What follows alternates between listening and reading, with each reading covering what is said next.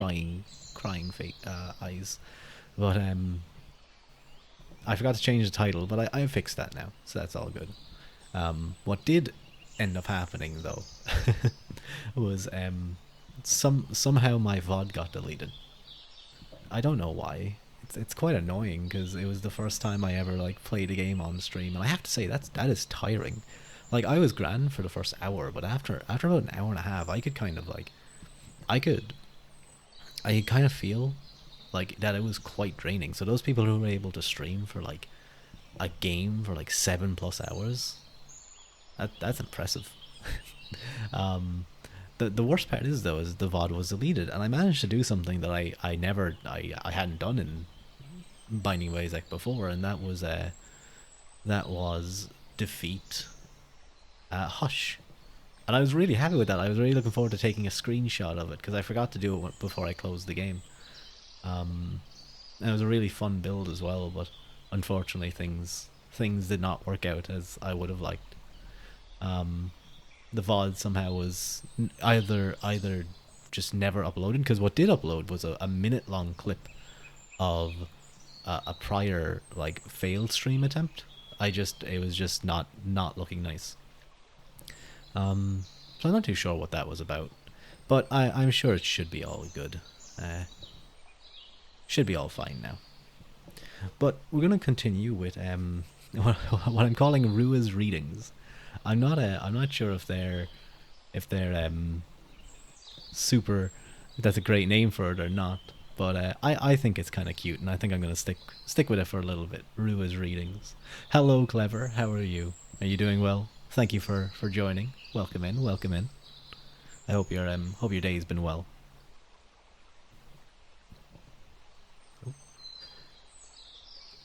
I had a good day today. Nice. What made it good? Was it just a nice day? Was it just an average day, but like everything went well, or was there anything particular that just went good? That was just a nice old time.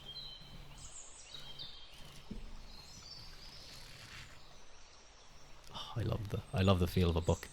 Um, I could never get into like Kindles or things. Feeling that I know who I am. That's a very good thing. I mean, if you know who you are, then you know where to go. You know the direction to move to. I really want a sword now. I completely understand that desire. I completely, yeah. Your person, who you are, is the desire for a sword. Um, I'd love to know why you want a sword, how that came up today. I'm guessing maybe you watched some video, or like you were just, maybe you got to mess around with someone who did have a sword. But swords are really cool. They really, really are. They're very fun to mess around with. I've held a few sharp long swords and a saber. I did do tatami cutting, but I wasn't very good at it. I only got a few strikes at it, and it's quite hard to cut like really smoothly. Oftentimes it's not like perfectly aligned. It might be slightly off, and the sword will kind of go down a bit or something. You'll still cut through it often, but just from the force of the strike. But it can definitely be awkward getting that perfect angle and getting such a nice clean cut. Most of the other swords, most of the other swords that I've used have been fetish swords, either blunted long swords or what have you. Nope, none of that was making poetry in my head actually. Poetry about snakes and their scales, and it got me thinking about muscle memory and swordsmanship. Huh. That's an interesting connection to make. Was it like snakes and their scales? Was it just was that like just what immediately came to mind, or was it kind of just like a rapid movement through like kind of stream of consciousness where you just ended up thinking about muscle memory and swords? Because I remember one of my go-to things when I used to do kind of sword fighting was, which one was it? It was one of the master cuts, but it's basically that movement where starting from the sword up by your shoulder, you turn it in, and you put your thumb onto the flat of the blade, and you kind of push and take the center, and try to control their blade on with your strong on their weak, and drive the blade in a thrust. I managed to do it a few times in tournaments, and it went pretty well. But that's very cool that you do that you make poetry. Is that something that you're really into? I'd love to, if you have any on your Twitter or anything. I'd love to read what you've written.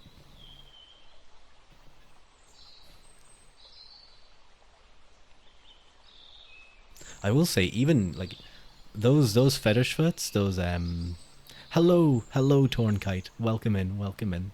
Hope you're having a good day. We're just starting, just kind of having a chat, pre-chat before getting into the reading. Which the book we're currently reading is Barry Strauss's The Trojan War: A New History. I wanted to read it because it kind of tied in with Son Albionis's reading of the Iliad, and I thought it would just kind of be a nice way to start things off. It also gives me the crutch of having something to read and not have to worry about trying to be entertaining at all times.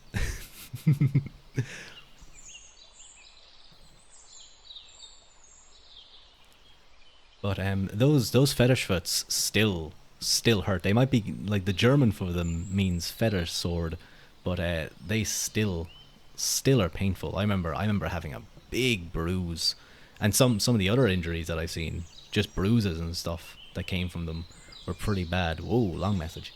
Stream of consciousness since yesterday was thinking about old records of myself being like words etched into a snake's scale. Snakes shed their skin, linked to rebirth and dragons, so I made a story in my head about a snake that tried to shed its skin over and over to get rid of the words, weighing him down and keeping him from flying off like a dragon.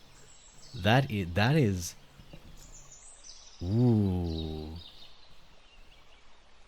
I would love to see the poetry that you would make from that, because that sounds that's actually Tornkite's kind of thing. Tornkite, I don't know if you're big into poetry. I know you did read some poetry on stream, but I don't know if that's your area of expertise or whatever. You're doing literature and biology, but I think it kind of works out that Clever would come in here talking about you're a published poet. Wow. Okay. Wow. Okay. Both of you guys are way better at this at poetry than I could be. It's not really a thing that I read much, but that is really cool. I love shedding to get rid of the words weighing him down. I think that's that's a really cool imagery, I suppose. But yeah, Clever. I hope you kind of bring that to some way. Certain snakes are also linked to swords, like the grass sword in Japan. Ah, okay, so that's where that connection. I imagine like things like the dragon as well. The dragon might have linked to like stories of knights fighting dragons, or maybe the slaying of dragon.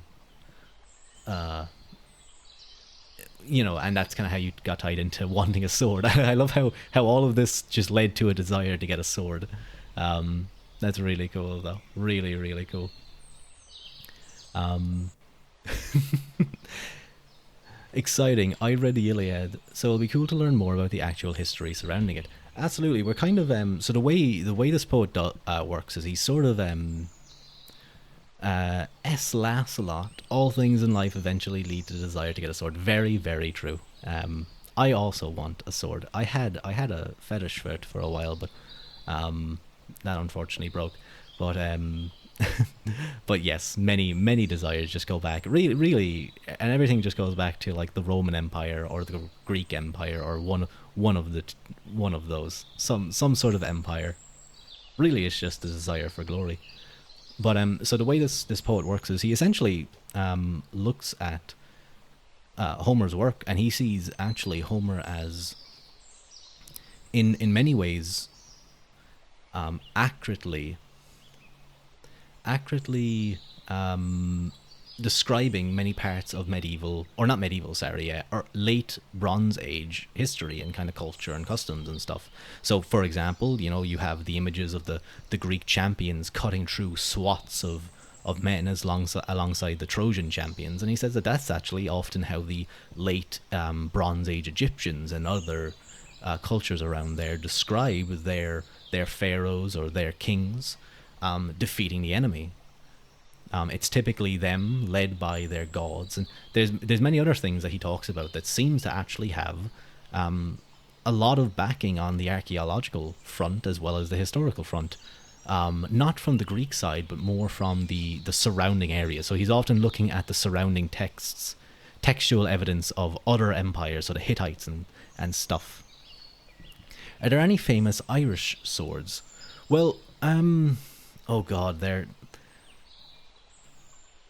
I'm not too sure if there's any particularly famous. I guess just even just the shape of the Goidelic swords would be that sort of how would you describe it? They kind of flare out at the edges. There was the Gallowglass, although I'm trying to think, they may have arisen in Scotland, but they would have arisen in essentially a sort of Gaelic Scotland. I mean, there's loads of mythological weapons. What was Cuchulain's spear called? Something Glash?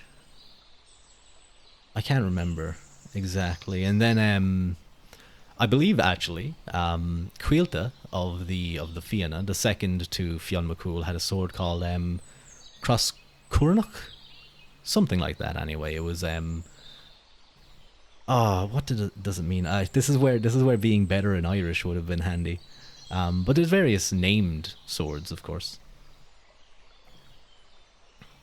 Ultimately, the solution wasn't to keep shedding his skin, it was to breathe fire on the words, purifying himself to truly change form into a mighty dragon. Not just overcoming the words, but the snake's own inner darkness as well. Interesting. I think you should definitely pursue that one, because I feel like if you flesh that into a very if you flesh that into like a poem, I think it could look really, really cool. I have no knowledge about writing poetry, but I think if you pursued that, it would be really good. Irish mythology, so cool. I mean, I myself am a part of the Fianna, of course. My namesake, Cuilta. I won't reveal that information too much yet, but I do have some knowledge anyway. Much of the Irish mythology is often seen through a kind of Christian lens, because it was the Christian monks who came along and wrote down all the stories. Some stories of people like Cuilta himself, as well as O'Sheen. They, as very old men, relate the stories of the Fianna to St. Patrick himself. Sometimes meeting people that they knew all the way back then and converting them to Christians. But so in other stories, they just sort of die off. O'Sheen and Tiernan Og, for example, some versions have him meeting St. Patrick after he returns, while others he just grows old immediately and kind of just collapses on the spot. So I think there's a lot of interesting variations of it. But I do have a really interesting book, all about the Tuatha Dé, Ireland's Immortals, it's called. And it really, like, I remember looking at it, I didn't think much of it when I saw the cover. But once I got into it, it was just fantastic. The way the author explains the backstories, the surrounding cultural concepts that went into those stories, as well as the way the Christian monks often flipped the meanings to sort of change things around. Be very interesting to talk about. But it's already been about 20 minutes or so. So I think, why don't we begin getting into the book itself? Now, what exactly had we been talking about again? Yes, we had been talking. So there was a lot of discussion about the type of war that would have been raged by the Greeks during their time, and the way they would have had to set up camp when coming into Troy. They likely would have landed in somewhere on the Dardanelles. The beaches of the Dardanelles. I love that emote. I love that void emote. Landing on the Dardanelles, having established a beachhead by driving back the Trojans, they likely, if it was a protracted war, which it seems like it was, although the author acknowledges that the 9 years of hardship and the 10 years, I'll tell the other one I thought, I thought of after you're done. Sounds good. Although I do read, for quite a while. So if you want to I'll just continue talking, and then I can take a read of your other poetry thought, and then we can get into the reading. But the so after establishing a beachhead and beating back the Trojans, the nine years of pain and suffering and then victory in a tent, the author told us, was actually off an idiom back then, kind of a turn of phrase. So it's likely that it wasn't 10 years that the Greeks would have fought, but just simply explaining that it was a very, very rough time. But they would have set up farms, they would have gone hunting. But then there was other discussions about various raids that they would have done on areas such as Thebes under Plakos, Lysenia, as well as the taking of captives. And there was much discussion of the types of the reasons and the aims of taking, of sieging certain areas and raiding, be it to primarily keep themselves sourced and such, while also building morale for the troops, give them something to do, but also inflict terror on their enemies, cut off allies, destroy them before they can give support to Troy. So, for example, we learned that, I believe it was it Lysenia or Thebes under Plakos? One of the two, anyway. No, I believe Lysenia was where Rhesus, that Achilles loved so much, where she was found. But in another place, Thebes under Plakos, I believe there was a slaughter of the family that had some connection to Hector and some of the other nobles of the city of Troy. And so by essentially destroying that power base and destroying and killing the nobles there, or at least taking them captive, you cut off, and they sort of slowly strangle Troy from her allies.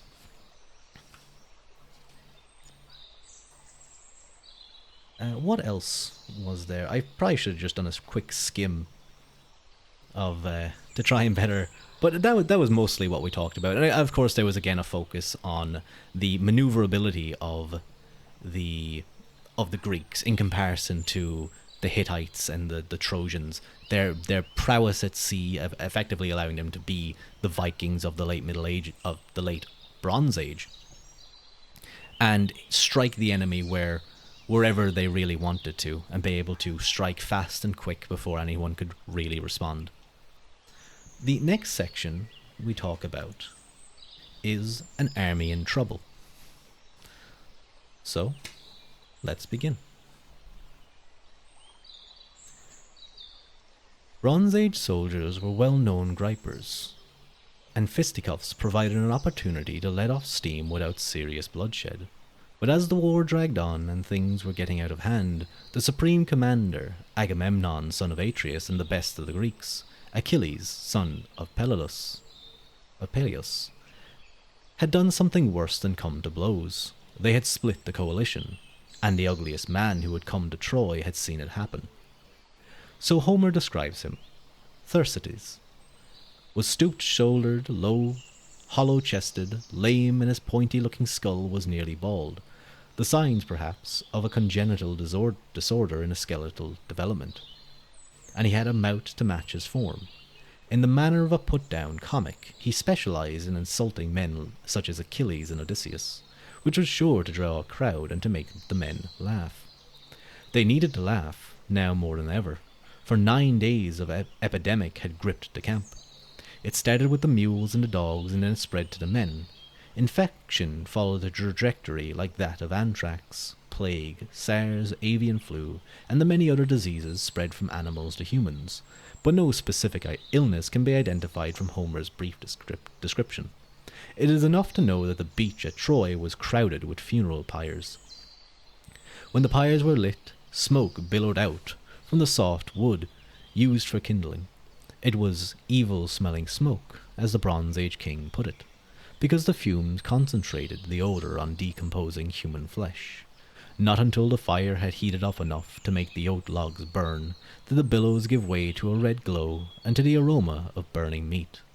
Then it was possible to forget that this was a mass cremation in a war zone. But the stink had been unmistakable all the way across the plain, where the wind blew into the city and made the Trojans cry tears of bitter joy. At the best of times, the Greek camp was no rosy garden. It smelled of butchered sheep, goats, and cattle, of cooking spices, doused fires, latrines, animal dung, and human sweat. There were flies and mosquitoes, mice and fleas too. Flea bites became infected from time to time. Lice were everywhere, and there would have been a host of minor illnesses, the sort that always plague travellers, although Homer says nothing of them, from the common cold to diarrhea. Malaria had been. I just realised how non-ASMR this is, even though I have it in my tags. Malaria had been a major problem around Troy until recent years. Did it exist there as early as the Bronze Age? Biomolecular science may one day provide an answer, but we don't yet know. Homer possibly refers to malaria in the Iliad when Priam notes how the dog days of summer bring much fever to wretched mortals. This season was associated with malaria from Roman times on. Imperial Rome managed to achieve grandeur in spite of endemic malaria. Trojans could have survived the disease by adopting so-called avoidance behaviors in malaria season, such as keeping clear of the wet, low-lying areas at night and sleeping with shuttered windows, just as Romans did. The wind on Troy's hill would have protected the city itself from mosquitoes, but the Greek army, camped in the swampy lowlands, would have been at high risk. The effect on soldiers would have varied widely. For some, malaria would have been devastating, as it frequently was to armies of northerners who attacked Rome, but other Greeks would have shrugged off the illness. Adults who come from areas where malaria is rife are generally immune to the disease, having survived repeated childhood infections. Whatever the cause of the pandemic, on the 10th day Achilles called an assembly on the beach beside the hollow ships. It was here that the quarrel broke out. The prophet Calchas, no friend of the son of Atreus, made a terrible announcement. Apollo had sent the epidemic to punish the Greeks for having turned a deaf ear to his priests, Circes, who served at the shrine of Apollo Smithius in the southern Troad. 10 days earlier, Circes had come to the Greek camp to beg for the return of his captured daughter, Circeus. He offered the Greeks a generous ransom, which would no doubt have been accepted, except that Agamemnon wouldn't give her up. In fact, he threatened to have her father killed if he did not leave the camp immediately and never return. The episode typifies Bronze Age religion in Western Anatolia, a region with special interests in epidemics and their cure, that is, magical cure. Hittite and other ancient rituals used against disease commonly blame a god, whether local or an enemy's, for making people sick. The Hittites blamed epidemics on the gods' anger. Western Anatolians were used to the connection between gods and illness, since the local war god Ayari was also the god of pestilence, and he was called Lord of the Bow, similar to Apollo, quote, of the glorious bow. In northwestern Anatolia, and especially in the Troad, Apollo was worshipped as Apollo Smithius, a god of mice and plague. A shrine to him stood near the city of Circe, at least as early as 700 BC, and possibly in the Bronze Age too. Calchas, backed up by Achilles, put the king on the spot. Bronze Age Greeks hated bad news and had a tendency to blame the messenger. The Hittite king Hattusilish I, for example, had exploded at the men who reported that their battering ram had broken during a siege. He said he hoped that the storm god washed them away. Agamemnon in turn snarled at Calchas, but in the end the king grudgingly agreed to give back Circes. Then he upped the ante by demanding compensation with another prize, that is, another girl. "What girl?" asks Achilles, coming right back at him. And with that, the center of gravity moved from the tug of war over a woman to the fight between two warrior kings, a clash that had been a long time coming. The outward problem was the division of loot, but the real issue was honor. Of the various Greek heroes who vied for the right to be called best of the Greeks, None hated each other more than Achilles and Agamemnon. Achilles found fault with Agamemnon for taking the lion's share of booty, even though Achilles did most of the sacking of cities. Agamemnon found Achilles insolent and uppity. Achilles lacked respect for Agamemnon's preeminence as Greece's leading king, while Agamemnon felt threatened by Achilles' preeminence as a warrior. And there was a very interesting part earlier in the book where it talks about how Achilles is supposedly in the Iliad to have, per his son, destroyed Troy already and destroyed Troy with six ships and sacked many other cities. And he actually brings up that there is a Hittite text around this time that talks about some group raiding multiple cities, at least maybe not cities, but various towns and such, as the Vikings were wont to do, with a group of 7 ships. So there's, again, a strange connection between some sort of historical reality and the Iliad. Of course, we can't assume that they would have been known as Achilles or Agamemnon, but, there seems to be something there. Of course, this is over massive periods of time, so this could be any one group. It's not. I imagine it wouldn't be uncommon for groups of raiders of 6 or 7 ships to strike at small areas along the coasts and then steal away with their booty. So the 2 men begin by calling each other names. Achilles called Agamemnon greedy, shameless, and cowardly. Agamemnon countered by threatening to take Achilles' girl. Then Achilles raised the temperature by threatening to take his ships and men and go home to Phthia, to which Agamemnon responded by making it official. He was coming after Briseis, Achilles' prize girl. Visibly furious, Achilles gripped the silver hilt of his great sword and started to draw it out of the sheath. For a moment it looked like he was going to rush the king, but after hesitating, he pushed the sword back in again.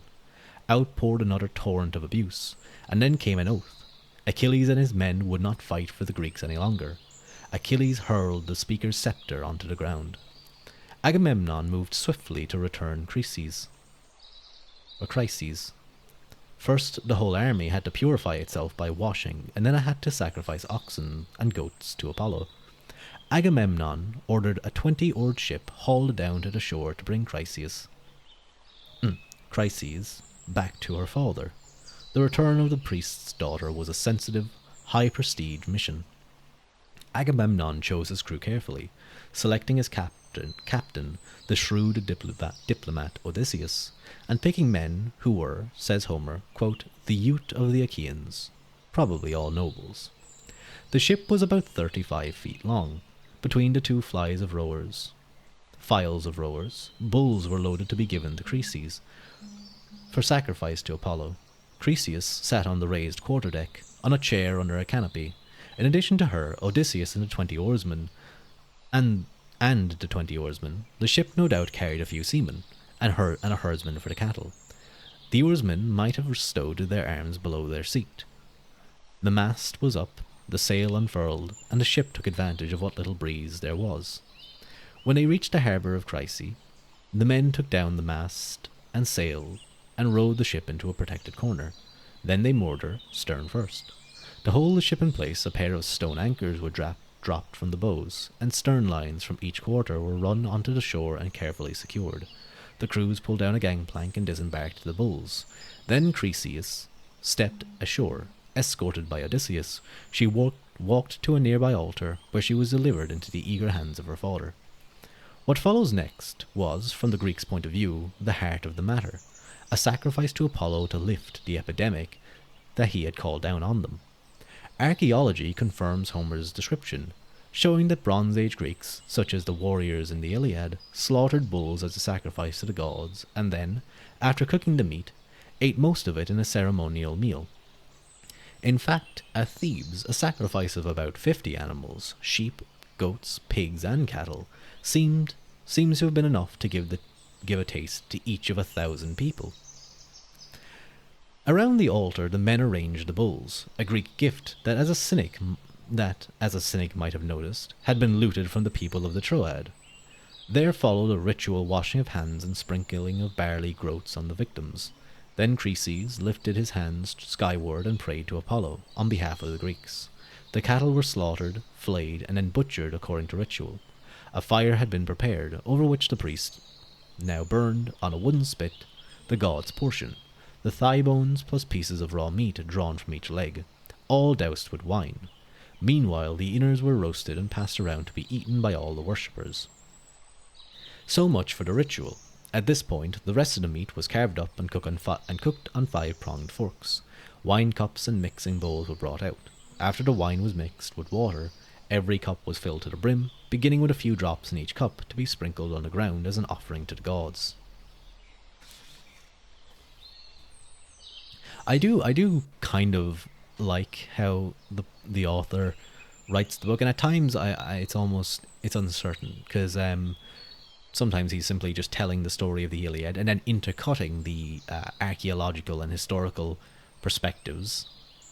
And then other times I can't tell if he's simultaneously doing it at the same time. So for example, that description of what we just read, is that kind of more of just a general description of how it would have been done according to the archaeological evidence. Sometimes it can be a little tricky to know when he shifted over. Normally it is quite clear. But just a thought I had as I was reading. Some philosophers and critics, beginning with Plato, censured Homer for making his heroes...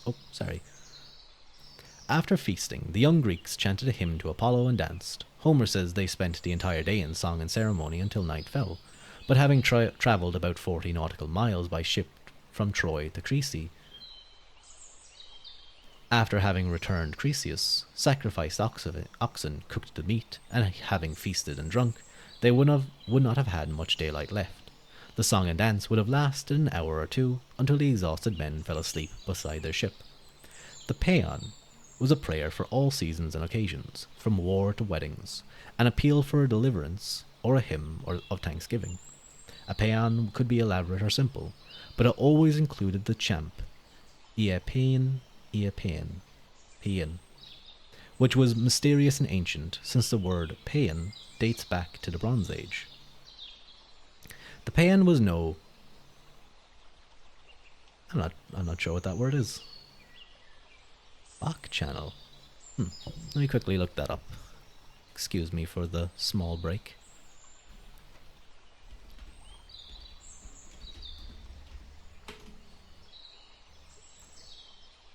Bacchanal. Ah, you guys probably heard that. Bacchanal. A wild and drunken celebration. Okay, so we learned that, I suppose, if nothing else today.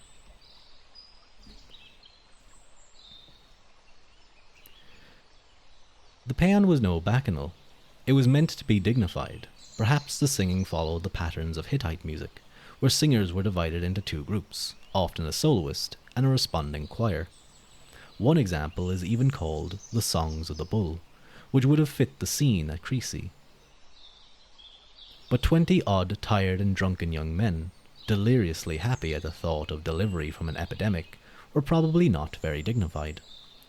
Meanwhile, at the Greek camp, Agamemnon sent 2 heralds to bring him Briseis from Achilles' hut.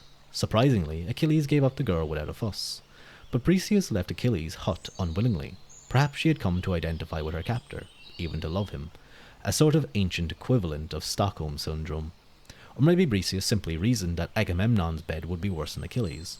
Maybe the clear-eyed girl was not a lost soul, but a survivor. Hard-boiled Greek warriors speak of their women as prizes of war, but we might suspect that they formed genuine attachments. Agamemnon says he prefers Chryseis to his own wife. Among the cattle, cauldrons, and gold, she was flesh. She represented to the son of Atreus the world he missed. After Briseis left him, Achilles sat on the bench and cried like a baby. Tears of rage, to be sure, but perhaps of loss as well. He was not a happy man. Then again, who could be, knowing as Achilles did that he was fated to die young? Like many other men in the epics, Achilles weeps freely and regularly. Some philosophers and critics, beginning with Plato, censured Homer for making his heroes crybabies. But in doing so, Homer was following both Bronze Age poetry and Bronze Age life. For example, both the Mesopotamian and Hittite hero Gilgamesh and the Anatolian storm god Teshub cry in their respective poems. So does the Canaanite epic hero Kirta, 1300s BC. So do the Egyptian Wenamun and the Philistine prince Bedar of Dor in the Egyptian tale of Wenamun, 11th century BC, and the Hittite king Hattusilish I, 1650 to 620 BC, disinherited his nephew and designated heir because the man failed to cry when Hattusilish lay sick and was expected to die. Damn, that's kind of mean. Imagine getting stripped of your royal right because you didn't shed tears. But you know what? You know what? He's telling him, be emotional. Let me see it. Let me see you actually cared. I don't think this guy would have liked the Stoics. Homer describes how Achilles appeals through the tears to his divine mother, Thetis, to have mighty Zeus himself intervene and bring ruin to the Greeks who had dishonored him. Whether or not they believed the divine blood flowed in the veins of the mighty, Bronze Age people expected that great men could lobby the gods for help. After all, a king was the favourite of the gods, as the Assyrian Tukulti Ninurta asserted. He was a god and the sun, as Abi Milki of Tyre told Pharaoh. He was a child of heaven and a guardian angel, as the mere governor of the Mesopotamian city of Nippur was addressed by one of his underlings. I do know as well and that was something actually that caught me when I read the Odyssey a long time ago. So some of the details are hazy, but it was often how often Odysseus cries. The particular one that I remember, I believe it might have been with Menelaus, or no, it was before he got back. So anyway, he attends some party, some event, under the skies, I believe, because he hadn't yet been revealed. And the men there tell the poet, the musician, entertainer, to sing of the men of Troy. And so he begins, and as he hears the story of what he went through, Odysseus hides himself behind what I can only imagine is some sort of cloth or something. He holds it up to his face and kind of covers himself and begins weeping openly at this major event. And it's definitely something that catches me. And another example is when oh god, what was his dog's name? That moment that always hurts so much. Argos, that's it, Argos. When he sees Argos, he just sheds a single tear. He's unable to stop himself before steeling himself for what must be done, because he can't show to have known the dog, otherwise he would have risked ruining the disguise that the god creates for him. But it is something that definitely stands out when you're reading those epics. Back in the Greek camp, the epidemic ended, but the military situation was worse than ever for the Greeks. The disease had caused a significant number of casualties, and Achilles had withdrawn from the fight. His men muttered about sailing home. The Myrmidons made up about 5% of the Greek forces. Sorry, I lost my position there. About 5% of the Greek forces. And an oracle had said that the Greeks would not take Troy without Achilles. But we may posit a more practical concern, and that is, the Myrmidons were elite troops. Arguably, their speciality was the same as their leaders, speed. Homer frequently calls Achilles fast runner. Achilles' strength was multiplied by his ability to outrun others.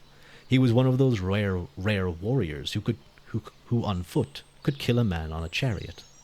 Every hero worth his salt was expected to be able to fight both on foot and from chariot, but few could overwhelm a chariot from the ground.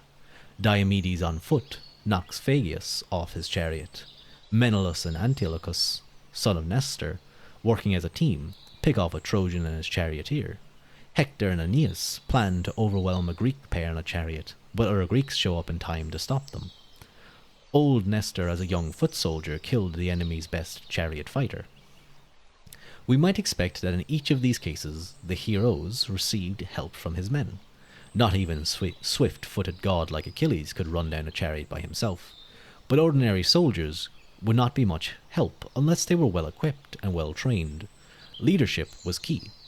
Homer notes that the Myrmidons were divided into 5 battalions, and the roll call of their 5 leaders was 2 sons of God, the third best spearman among the Myrmidons, a minor king who taught Achilles the art of war, and a warrior knowledgeable enough to give tips in tactics to Achilles' charioteer. They were cut above the mere mortals named in the Linear B tablets as commanding companies of soldiers or rowers at Pylos. Excuse me a moment, I'm actually just going to, I forgot to fill up my water bottle. Sorry.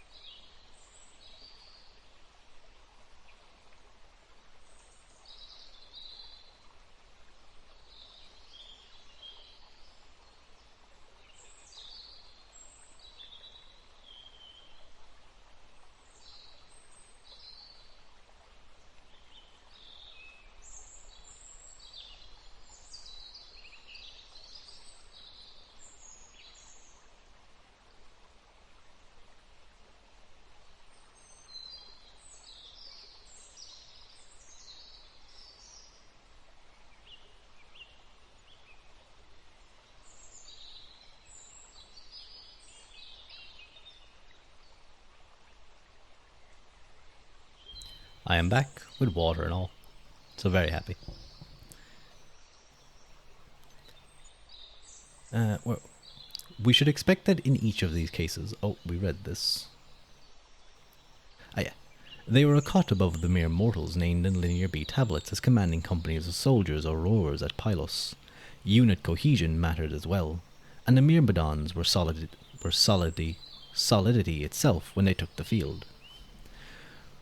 Ranks wedged in ranks, of arms a steely ring, still grows and spreads and thickens around the king, as when a circling wall the builder forms, of strength defensive against winds and storms.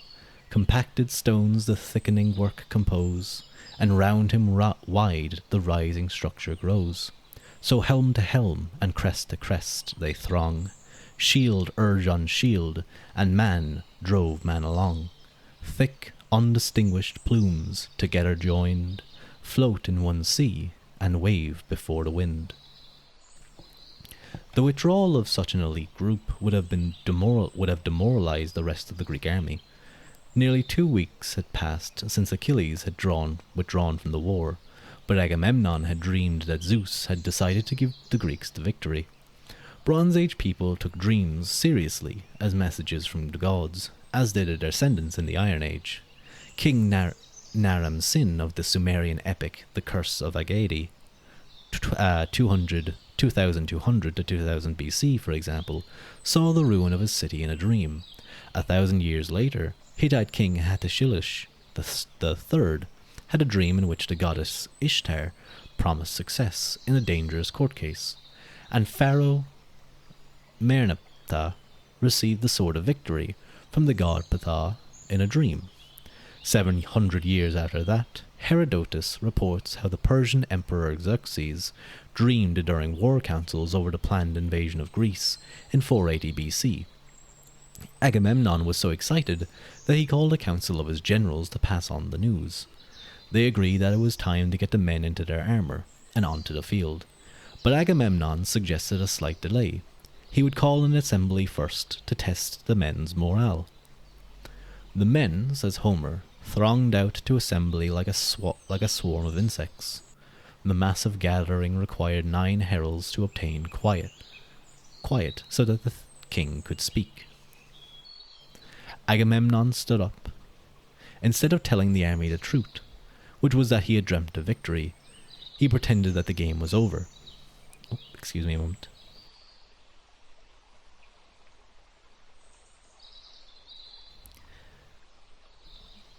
He pretended that the game was over. Zeus had decided for defeat. The boats were in poor shape. Agamemnon said, Or cordage torn, decayed our vessels lie, and scarce ensure the wretched power to fly. This sad assessment recalls a lament of a Syrian general around 1340 BC, writing to his overlord, the Hittite king, from a frontier outpost on the border of Egypt. Now for 5 months the cold has been gnawing me, my chariots are broken, my horses are dead, and my troops are lost. Agamemnon pretended that the war was lost, and the only sensible thing was to go home.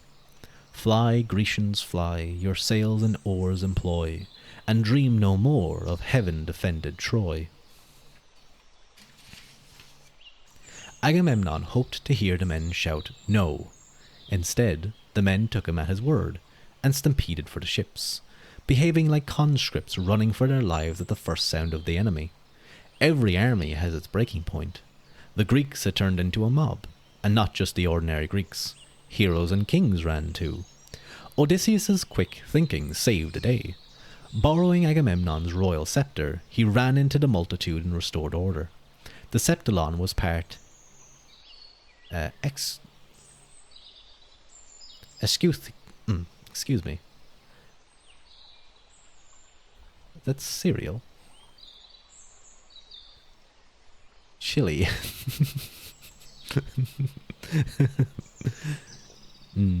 I don't eat chili much, but I've had it a few times. It's quite nice. Escutcheon, I'm pronouncing that so wrong, and part relic. An ancient symbol, the scepter denoted kingship throughout the ancient world. For the Assyrian king, Tukulti-Ninurta, as well as Agamemnon, the scepter stood for divine approval. As Odysseus put it, to one sole monarch Jove commits the sway. His are the laws, and him let all obey. The Greeks did not make a revolutionary mob, not least because they didn't believe in revolution. They wanted to trust their king. Homer's account of what follows is amusing, but mutiny was serious business at Bronze Age commanders. With vicious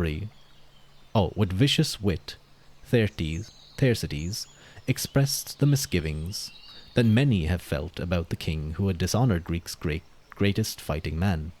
Thersites sneered at Agamemnon's arrogance and mocked his fellow soldiers' willingness to tolerate it. Whate'er our master craze, subsist we must, plagued with his pride, or punished for his lust. Women of Achaea, men no more, hence let us fly, and let him waste his store, in love and pleasures on the Phrygian shore. Hello, Clonk, welcome in. Thank you for joining us. We're just in the middle of reading. How are you? I hope you had a nice time. Or a nice day. Whether Thersites was a renegade noble, as some think, or simply a common man who was allowed to speak in the assembly, or even a traitor fomenting discontent to help the enemy, he gave voice to the longing for home felt by the ordinary Greeks at Troy. They were the ones who never got the best cuts of meat, if they got meat at all, the ones who never tasted fish, the ones who lived mainly on a diet of beans and barley, which surely left the air thick with foul odour. They washed down the food with young, unseasoned wine, rather than the fine Thracian vintages brought by ship to Agamemnon daily. They mixed their wine and water in wooden rather than silver bowls, and drank from plain pottery cups. They were usually short and wiry, often round-shouldered with bad teeth.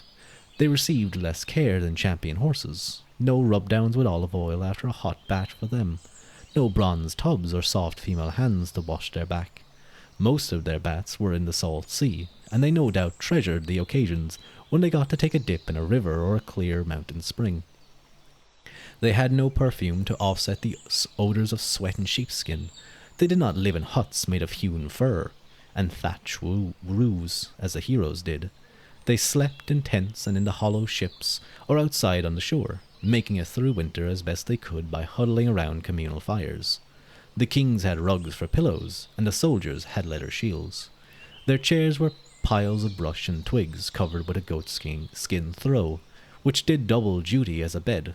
No lamb's wool rugs for them.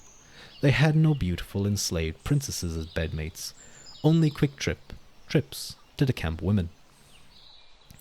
They had come to Troy with one tunic each, as well as a homespun cloak, and a pair of rawhide sandals. A basic pair, without the laces that made sandals fit comfortably on the foot. That is, if they were free. Slaves were dressed in rags and went barefoot. And once the heroes had taken the pick of the booty, they had whatever was left along with whatever they could steal.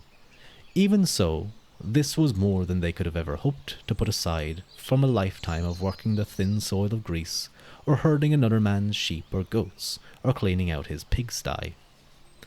They were oarsmen, stewards, cooks, grooms, and perhaps even farmers. They were the men who pulled the wooden chocks out from under the longships at the moment of departure, the men who cast off the cables and hoisted the pinewood masts. They trooped into the hills to cut oak with axes made of dull bronze rather than sharp iron, gathered firewood, split kindling neatly, built and tended fires, stuffed goats' intestines with blood and fat, and then roasted them until they were sausage, carved meat, poured wine, gathered jugs of water from the river for drinking, for hand-washing before prayer or sacrifice, and for heroes' bathing, loading them onto mules if they were lucky, but otherwise toting the jugs themselves back to camp. They groomed the horses, dug defensive ditches, cut posts for palisades and hammered them into the ground, repitched the ships, dug trenches for latrines, cleaned the camp for animal dung. They picked up corpses from which they had to shoo away swarms of flies, and haul them onto the funeral pyres. They were indispensable to the expedition, but they counted for nothing in battle or council, as their betters were in the habit of telling them. Some days they fasted until dusk because they worked so hard. A few of them talked back to their lords, like Thersites, or to the unnamed Trojan commoners who gainsaid Hector in the Trojan assembly, much to his annoyance. But most of them, we may suspect, were more likely to take their lord by the wrist and kiss his hand, whether out of devotion or fear. Agamemnon expected the common people to honour him like a god. Even a high-status non-combatant, like Eurybates, Odysseus's herald, had to spend his days following the king and picking up the royal cloak when Odysseus dropped it. Do their job well, and the men who counted for nothing could expect a pat on the back. If they were caught misbehaving, they could expect a sharp blow, on the back or shoulders, with a stick. Doesn't sound like a very nice time being someone not of the royalty. Sometimes in the distance, the Greeks could hear the sounds of dogs fighting. The wind carried the incessant, rhythmic, alternating barks and yelps of those bony beasts as they brawled over a bone, perhaps a man's bone that had been left out in the sun from some earlier engagement, or a human limb hacked off in battle. Other times at night, when they sneaked up in a raid on a Trojan town, the men could hear the sound of prayers to the local god to deliver them from the visitation of foreign dogs. Odysseus needed to turn the tide. He said to Thersites, "Have we not known thee, slave? Of all our host, the man who acts the least, unbraids the most. Think not the Greeks to shameful flight to bring, nor let those lips profane the name of king." Odysseus showed that Thersites was not the only Greek to know how to work an audience. He threatened that if he ever heard such cheap sniping at Agamemnon from Thersites, he would strip off Thersites' clothes. He even refers disparagingly to the sight of his genitals, which strikes a rare and vulgar note for Homer. But soldiers are not known for their delicacy, and what soldier doesn't love to see that the general is just as rough as the next fellow? To finish him off, Odysseus smashed his scepter down on his back hard enough to raise a welt and to reduce the man to tears. Damn. The audience cracked up. Better to laugh at Thersites as a buffoon than to cry at their own spinelessness. The Hittites knew that the value of slapstick humour. They had festivals in which one man hit another over the head 3 times with a club, and another where one man poured hot coals over somebody's head. All for a laugh. Now that Odysseus had... Oh my god, was that like the original ALS challenge? But instead of ice cold water, it was burning coals? They were a little bit wackier back then, it seems.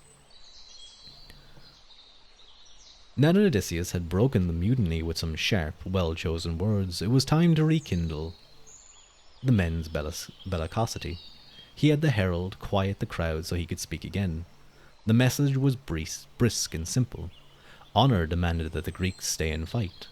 He reminded the men of Calchas's prophecy at Aulis. The war would be long, but they would emerge victorious. Hittites loved the caveman ooga booga jokes. Yeah, I also love the ooga booga jokes. I mean, Mr. Bean is just one big ooga booga joke, and it's fantastic. Mr. Bean, that's actually such a particular show in the sense that it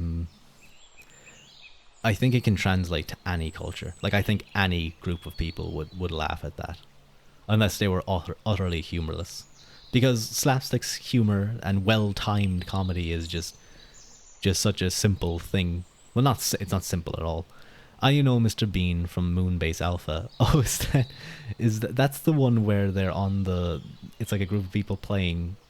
They're like astronauts, and they have like they can make the astronauts sing in this weird like AI type voice. Or not AI, but like robot voice.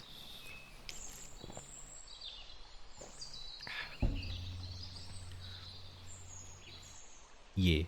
I remember watching a load of those of them like making songs and stuff, and it was always really funny.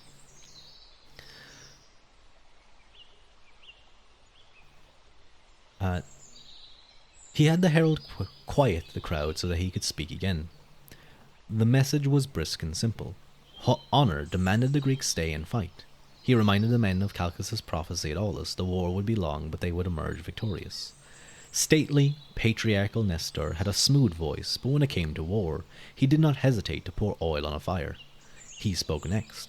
Like Odysseus, he pointed out the favour of the gods, in the form of an omen, lightning on the right as the ships first landed at Troy, a sign of Zeus's approval of their mission. Nestor showed that he too understood psychology by offering another answer to the implicit question of, why do we fight? He said, encouraged hence, maintain the glorious strife, till every soldier grasp a Phrygian wife, till Helen's woes at full revenged appear, and Troy's proud maidens render tear for tear. Nestor had offered Agamemnon advice. He should call a muster of the entire army, with the men arranged by peoples and groups. This is a way of judging the quality of the army. Agamemnon got up and readily agreed. He told the men to fill their bellies, sharpen their swords, prepare their armour, feed their horses, and check their chariots. They were going for war. There was a roar of approval from the men, a rush to the huts, a series of sacrifices to the gods, and the troops got ready for muster. Agamemnon called his most trusted lieutenants to the ritual. Nestor, Idomeneus, the 2 Ajaxes, Diomedes, and Odysseus. Menelaus joined them on his own initiative. After the ceremony, these leading commanders fanned out across the camp to supervise while heralds cried for the men to muster. They came from their huts and shelters and ships. Their polished shields gleamed. Their marching shook the ground, and their numbers filled the plain like flocks of cranes and swans. The Greeks rallied, which led to a famous moment in the Iliad, the so-called catalogue of ships, in which the poet lists all the captains, kings, and countries who took part in the war. Homer is not, as some critics think, merely exploiting the occasion to roll the credits, as it were. Instead, he is describing sound and simple, standard military policy. And this historian, I should say, is particularly apparently a professor, particularly in the history of military. So this would be his speciality. For example, the conquering Hittite king, oh god, Shupalumia the First, stopped in southeastern Anatolia to review his troops and chariots before continuing onward to his goal, the siege of the city of Carchemish.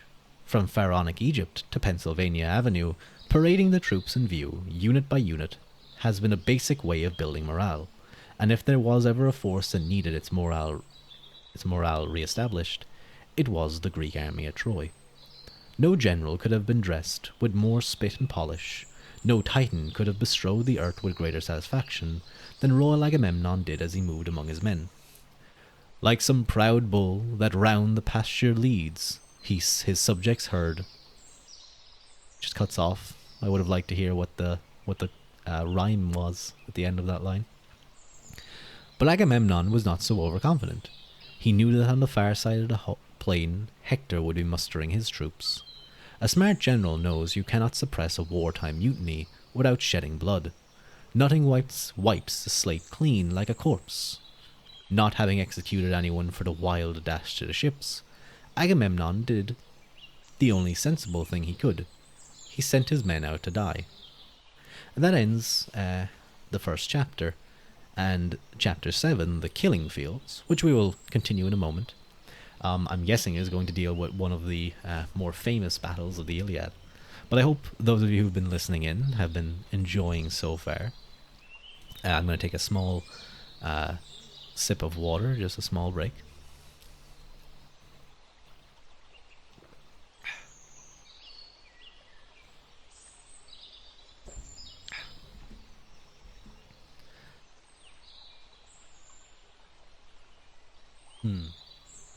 Ludmi sip. Oh, that's cute. Ooh. I got a Sprite. Nice. I got some water. I typically will drink Coke Zero. I tend to stay away from like any normal of the regular things. I mean, sure, it has some sugar type thing in it that apparently gives people cancer, but I enjoy it. Oh my god, I've had that be right back text up there for so long. I never even realized it's been there for the whole time. Oopsie.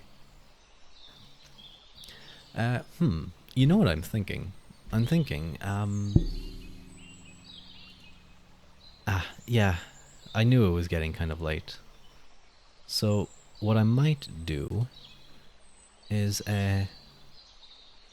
just try and build a little fire for a moment, so if you'll excuse me.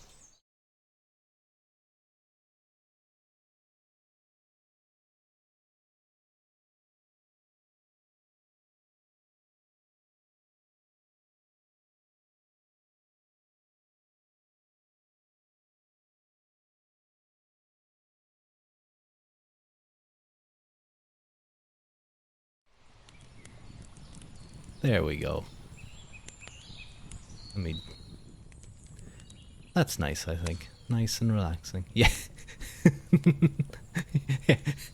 It like comes back and the whole forest's just on fire and I'm just standing there like, yep, this is fine. It's all good. I love Void's emotes. I think when if I get affiliate and I get to have emotes, I definitely want to have.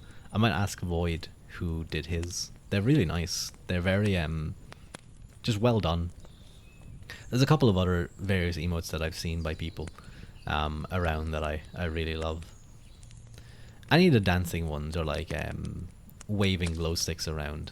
I love those. There's one really good one that a guy Kai has that that kind of copies the dance from Oshinoko, And I definitely love that. I love that dance. It's such a good little piece of animation. Uh, I think if I had like one with my character with like the big long sleeves, it would look really cool. Like you could do it almost like the sleeves themselves are kind of like the same glowing color as whatever color glow stick you're holding. So like it creates like a full circle of color. I don't know. I'm sure I'll figure some cool something cool out whenever I go to get things or get emotes. But I actually I'm really glad I did this because I think this this kind of just secondary background. It's just nice to have. It's nice to have a little bit of an alternative look to things.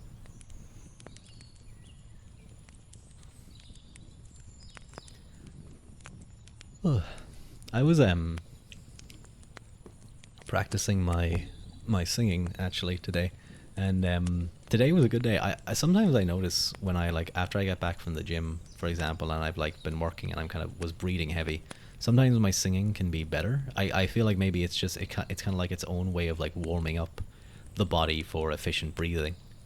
But I was working on kind of hitting high notes, and I suddenly broke in. Um, I was able to reach some stuff that kind of had me going like, ah, I can do that apparently. Of course, I was also at some points like I sounded like Mickey Mouse. I'd get like copyright striked if I was streaming, but no, I was actually really happy because for a long time it felt like I could never really reach into that range, into that area. Like I'd immediately start cracking, or just going voiceless trying to get up there. But um, doing Never Too Much by Luther Vandross, I'm still, how would you say? I'm not near where his level is, but I still have to transpose the song down a bit for me to be able to comfortably sing it. But I feel like I was doing some nice work, at least. I just hope that like I don't go into my next singing lesson, you know, and suddenly it's just like all gone, just all over the place. That would be quite annoying.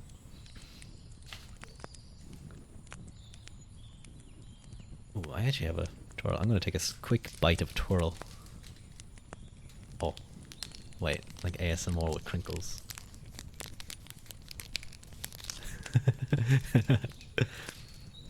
I'll have to. I keep putting it off, not just because I'm kind of busy and I don't have time, but I'm gonna have to do some. Oh god, it's probably so loud. Um, some ASMR testing.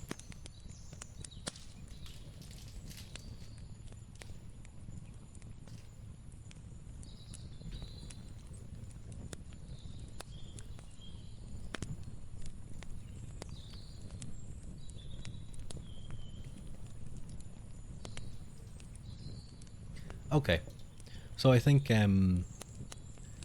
what we might do now is continue on with the next section. And the next section is called The Killing Fields.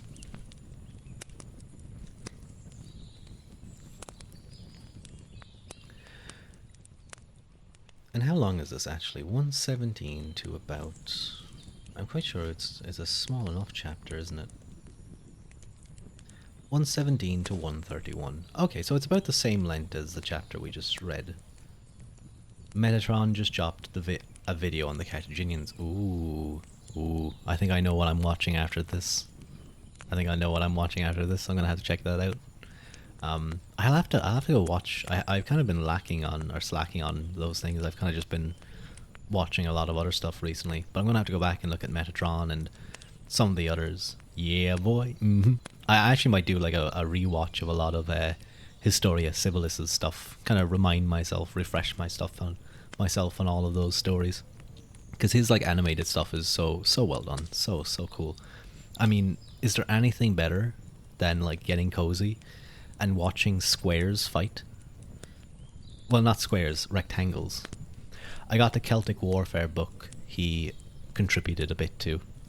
Oh, I didn't even know he put out a book like that. Well, what's it called? That sounds very cool.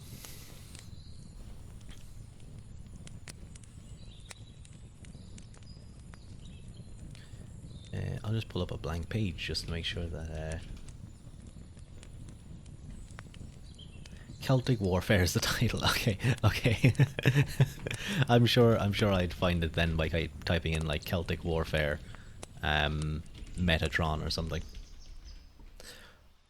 Apparently there was some controversy, but I don't care. I just saw something that he posted some big long thing, and I just assumed it was drama. But I don't really care. They can solve that stuff out. I just watch fun video and enjoy. But I'll have to watch some more Matt Easton as well, and some of the others. Who else? Baz's battles are also quite good, and Kings and Generals and stuff. So, yeah. Thank you for the recommendation, though. I'll have to check it out. Would definitely like to read a bit more on that. The Killing Fields. When the Hittites went to war, they sang hymns to their war god. Before battle, they would chant an old poem, whose refrain asks that they be buried at home with their mothers. When in the Iliad, the Trojans and their allies rush out against an unexpected Greek attack, they shout battle cries to steel themselves. The Greeks are as silent as a boxer conserving his energy for a knockout punch. Two armies approach each other on the Trojan plain, barely visible through the dust raised by their marching feet. Suddenly one man steps forward through the ranks on the Trojan side. Another man dismounts from his chariot on the Greek side, which makes the Trojans retreat. Then a third man, a huge figure, appears in the middle of the Trojan ranks, and gestures with his long spear. All around him the soldiers sit down, and soon he is the only Trojan standing. Bums me out a little that the Celtics were basically just never got good enough, except maybe Galatians and in the Middle Ages. I'm not too familiar. Like, I know Romans pretty much just stomped, but I mean that was just having such a well-oiled machine, being near like the high points of civilization in the Crescent, and then it spreading out to Italy and Greece. You know, they refined themselves in that area, and things just I don't know. Was there like specific? I guess the Galatians. But in the Middle Ages, like, are you talking early Middle Ages or kind of afterwards? I guess what like afterwards the Franks, the kind of Germanics as well. The Franks and the Germans definitely became quite powerful, and then the Swiss just came along. I love how like for a long time the Roman system was in power, and then like the Phalanx just came back, but this time with guns. Sorry. Middle Ages British. Ah, okay. I get you. They kind of took back over those regions of after the Roman collapse, pushed them out and kind of started forming their own thing. And then there was a lot of, I guess they often had the influence of the Vikings as well. So they were forced into constantly improving. Although many of them were also, I mean, Saxon and Angles are also. I'm not too sure of my history around that period, I won't lie. I'm gonna have to pick up a book on like the Saxons and the Angles and that period, because it's an area that I just don't read about much. Long-haired Greeks begin to shoot at this perfect figure with arrows and slings. The Persians called arrows arrow feathers, messengers of death, and Bronze Age teachers could hit a target at 300 to 400 yards. Estimates are that a top slinger could reach a speed of 100 to 150 miles per hour and hit a target 150 feet away. Oh my god, I've seen what like slings can do, not in person, just on videos, but whew, those, you would not want to get hit by one of them. Homer identifies the Locrians and some of the Thessalians as great bowmen. Among the Greeks, the Cretans were also famous as archers. The Locrians included slingers as well. Most archers and slingers fought without armour or shield, and were stationed behind the lines of heavy spearmen. Some were outfitted with composite bows, made of wooden staves reinforced with homes and horn and sinew, but much more powerful than the simple wooden bows. But Agamemnon called for his men to cease fire. It was clear that Hector wanted a parley. The Trojans proposed that, instead of a general engagement, there be a battle between two champions, none other than Paris and Menelaus, the originators of the war, as it were, and, in fact, the two men who had just stepped forward on each side. It was Paris who had then quickly retreated. If Menelaus killed Paris, the Trojans would return Helen and the Spartan treasure. If Paris killed Menelaus, the Greeks would allow Helen and the treasure to remain in Troy. In either case, the two sides would swear friendship, and the Greeks would go home. The Greeks agreed, with the Privioso, that the Trojans showed their good faith by having Priam ride out to the field and sacrifice 2 lambs, while he swore an oath to abide by the outcome of the duel. The Trojans accepted this condition. I don't think London got better than Londinium until the 14th century, thanks to Edward Longshank's reforms to property laws and politics. I know Londinium was the Roman capital of the area, but Edward Longshank and like his political reforms, I cannot speak a lick to what you're on about. So I will take your. I am going to save what you just said and read up on it, maybe later tonight or something. Hang on, there we go. I have it saved now, so I can read into it.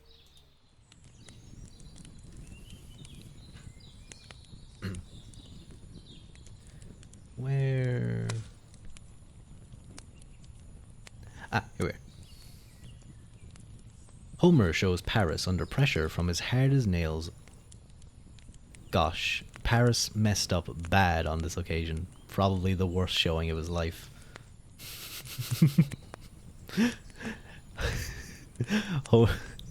Homer shows Paris under pressure from his hard as nails older brother to prove himself in combat. Hector insults Paris by calling Paris girl crazy. Real men would think about war, not women. The rebuke was an old one in the Near East. Consider a case around 1800 BC involving 2 Mesopotamian princes, Yamash Adu and his older brother Ishme Dagan, both sons of King Shamshi Adad of Ekalatam. Ishme Dagan was the favourite and chosen to succeed his father, while Yashma Adu was made king of nearby Mari. You hit the nail on the head. We're just getting into Hector bullying his brother. Shamshi Adad writes to his younger son with the good news that Ishme Dagan has triumphed in battle and won a name for himself as a great general. Then comes the kicker. Here your brother has killed the enemy general, writes the old king. Well, there you lie about among the women. He then tells Yamash Adu to be a man and lead an army against his enemies. Yamash Adu might have sympathized with Paris's predicament. The contest between champions was standard procedure in the Bronze Age. 2 kings could fight it out, or two corporals, a low-risk alternative chosen when the Greek Atarasia invaded southern western Anatolia around 1400 BC. Now at Troy, champion battle suited both sides' needs. The Greeks had suffered significant manpower loss as a result of disease and defection, and their morale was shaky. The Trojans had hurried out to battle from an assembly with little time to spare for buckling their war belts. Priam, accompanied by Antenor, rode out to the city and sacrificed as required. The duelists stepped forward onto a measured field. They would fight with long spears. It was the hero's weapon of choice. Also, just a generally good choice. The shaft was sometimes ash, sometimes olive wood, and the spearhead was bronze. Paris drew the right to throw first, but his spear broke on Menelaus's shield. Menelaus had better luck on his return, because his spear went clear through Paris's shield and breastplate. But the nimble Paris drifted away, and received only a nick to his ribs. Menelaus followed up with a sword blow to Paris's helmet, but the sword shattered. That's the one thing you wouldn't want to do. You wouldn't want to have happen. In frustration, Menelaus manhandled Paris by the plume of his helmet and began dragging him back to the Greek ranks. He is getting his ass beat. But the leather chin strap snapped and Paris broke free. It was the work of his patron goddess, who now whisked him to safety in his home in Troy. So Homer says, and no Bronze Age soldier would have reason to doubt it, since every king claimed to have a patron god or goddess on the battlefield. You can picture it instead. Oh, I kicked my desk by accident. You can imagine instead of him being whisked away by his goddess, the chin straps breaking and him just legging it as fast as he could. Then one of the Trojan commanders broke the truce. According to Homer, the gods persuaded Pandarus, son of Lycaon, one of Troy's leading allies, to shoot an arrow that wounded Menelaus. Now both sides reached for their weapons. As has often happened in the history of war, a rogue soldier upset the general's plans. Pandarus used his magnificent composite bow, which was made from the horns of a wild ibex, presumably set over wooden staves and reinforced with sinew, and tipped with gold. He braced the bow on the ground, took an arrow from his case, and fitted it to the string.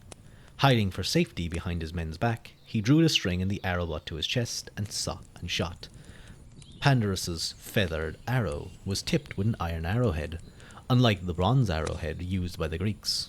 Iron weapons existed in Bronze Age Anatolia, but Menelaus escaped with only a flesh wound, because he was protected by his golden belt and corselet. But the wound bled enough to worry Agamemnon, who called for the doctor, Machaon. In the Bronze Age, medics doubled as veterinarians, so between one thing and another, their linen tunics were usually clotted with blood. Machaon pulled out the arrow, sucked out the blood from the wound, and applied an ointment. It might have been a bitter root, such as Patroclus later used on a similar wound. An ancient commentator suggested Achillea, woundwort, or Aristocolia, birthwort. Or it might have been honey, a natural antibiotic used to dress wounds. A salve of 1 part honey and 2 parts grease, either animal fat or olive oil, appears on the Linear B tablets as antiseptic, fungalicide, and antibiotic. Menelaus did not require surgery, but if he had, a Bronze Age practitioner had cutting tools made of obsidian or bronze, as well as such bronze instruments as forceps, probes, spoons, and razor, and saw. Opium was available to ease the pain. Linen bandages were known in Egypt, but the only bandage in Homer is a woolen swing, doing double duty as a dressing. An unbandaged wound might have been a common sight in the Greek camp. So we can only imagine the amount of infections that were common. An expert treated Menelaus's injury, but Menelaus was the supreme leader's brother, and so had special access to the scarce supply of physicians. Often in Homer, even a champion settles for a companion to remove a spear or arrow, as both the Greek Diomedes and the Trojan ally Sarpedon do later the same day. Because Pandarus had broken the truce with Priam, to which Priam had solemnly swore, a pitched battle ensued. It was unplanned, and yet Agamemnon could not have arranged things better. No rest, no respite, till the shades descend, till darkness or till death shall cover all. Let the war bleed and the mighty fall, till bathed in sweat by every manly breast, with the huge shield each brawny arm depressed, each aching nerve refused the lance to trow, and each spent courser at the chariot blow. Agamemnon may emerge as an unappealing personality in Homer, but he could be a good general. He did make a number of mistakes, but he knew how to admit errors and switch course fast. He gave up Chersias, for example. He let his colleagues Odysseus and Nestor quell the troops' mutiny. He reviewed the troops and then led them into battle, and he would soon eat his words by apologizing to Achilles and offering him a king's ransom, including the return of Briseis to rejoin the fight. One of the strengths of the Greek army was a collective experience of its leaders, from Ajax to Odysseus. Call them an army of 40 kings, like the force from the Armenian plateau that faced the Assyrians under King Tukulti-Ninurta. and call them an army of 40 councillors, none more impressive than Homer's Nestor. Although he was too old to fight, he had not stayed at home. He was on hand to offer invaluable advice. The Trojan army had no counterpart. Priam stayed on the sidelines and was rarely listened to, except when he let his emotions get the better of him, as he did with Circes and Achilles. Agamemnon was careful to consult his colleagues, and he was able to judge who offered the best counsel. Like modern battle, a Bronze Age engagement was complex. To orchestrate it required accurate information, which made scouts and spies essential. Before clashing, two sides pushed, tricked, and feinted for the best ground. A Bronze Age army was a combined force of foot soldiers and chariots, skirmishers and linemen, bowmen and spearmen. Each army would try to maximize deployment of its strengths against the enemy's weaknesses. For example, by raining a cloud of arrows on light armed troops. If the armies were coalitions, each side had the opportunity to sow discontent in the other by concentrating its attack on the allies while leaving the leader of the alliance relatively untouched. We can grasp the outline of pitched battle from the day-long engagement that followed Pandarus's bowshot. At a signal, the two armies, both thickly massed, marched towards each other. Now came a bombardment of arrows and slings, although archer and slingers are the forgotten men of the Iliad. Arrow wounds were frequent and often fatal. Merely removing a barbed arrowhead could kill, because of shock or infection, and the pain could be agonizing. The two phalanxes advanced, perhaps in a crooked line, but advanced the Greeks and Trojans did, in close order and with discipline and speed before coming to blows. Meanwhile, the chariots were coming. Chariots carried leaders to and around the battlefield. They were light wooden carts, covered with either oxhide or wickerwork. Sometimes they were inlaid with ivory and gold, and sometimes they were painted crimson, both to stand out and to hide the colour of blood. The wheels were also wooden. Each chariot was drawn by a team of 2 horses, and its crew consisted of a driver and a warrior. The warrior might fight from his chariot, but it was more usual for him to dismount and exchange blows on foot. The main advantage conferred by chariots was mobility. Secondarily, the chariot was a psychological weapon, since the noise of the wheels and the sights of the horses may have frightened some of the enemy. The tank-like charge of a mass of chariots in order to break the enemy's line may have played a big role in Egyptian and Hittite warfare. The experts disagree, but it was not to be found at Troy. For most of the year, the terrain was too wet for that, and besides, neither side had enough chariots for a mass charge. Troy lacked the imperial wealth, and Greeks lacked the manpower.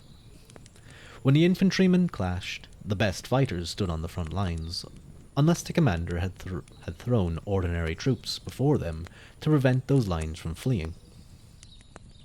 Homer refers to the best soldiers as forefighters, promachoi, or simply the first men. Elite troops, they inhabited a different world from ordinary soldiers. The elites were professional, well-armed, well-trained, and well-prepared for the shock of battle. Ordinary soldiers were conscripts, lightly armed, poorly trained, and ill-prepared for bloody combat.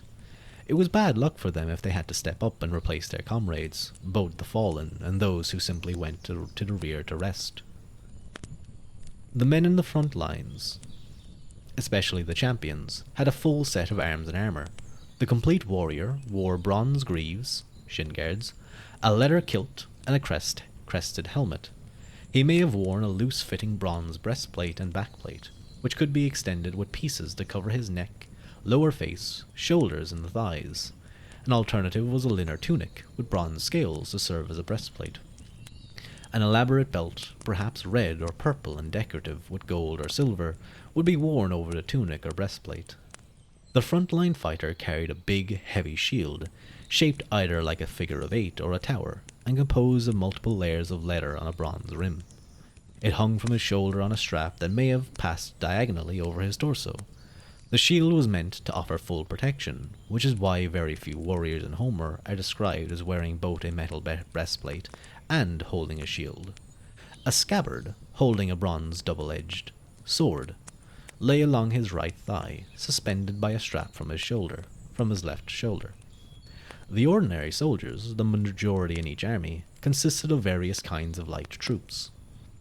We can imagine them in a linen tunic without armour, leather helmet and a kilt, linen greaves. Most men did not carry a body shield, but had to make do with a small, light, round shield. Some men might have had to manage by holding up, as some kind of protection, a simple, unfinished piece of leather without a bronze rim. When the two phalanxes clashed, the men brought their ox-hide shields together and attacked with their spears. The spear was the main close-range weapon at Troy, and was pretty much the king of battlefields. Swords were only second best because of their tendency to break at the hilt. A few of the heroes may have wielded a type of sword that was new in the Aegean. A few of the heroes may have wielded a sword that was new in the Aegean, bronze and about 2.5 feet long, much more efficient at inflicting slashing wounds than its predecessors. Because the blade had roughly parallel edges for most of its length, rather than the tapered edges of a dagger, this sword was good at cutting, and without a single piece of metal for both blade, and hilt, it was less likely to break than its predecessors. This so-called now two sword was of Central European origin, and it began to appear in Greece shortly before 2000 or 1200 BC, but it was probably a rare import. Let's look this up, the now two sword, or naue.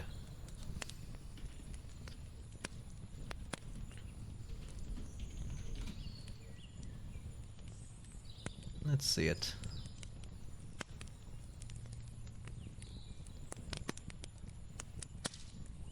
Here's a good image.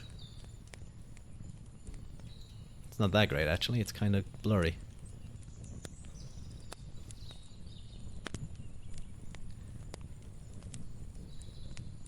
This is a good one. Hang on a moment.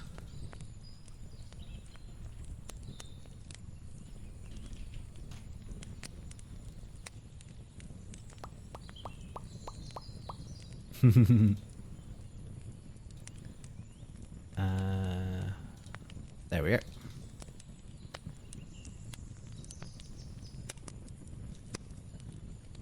Wow, this was a really, really big image.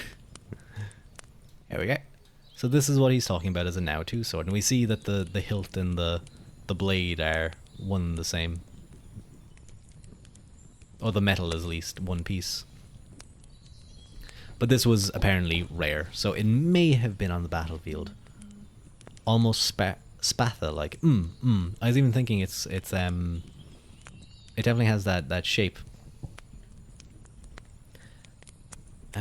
What else did it kind of remind me of?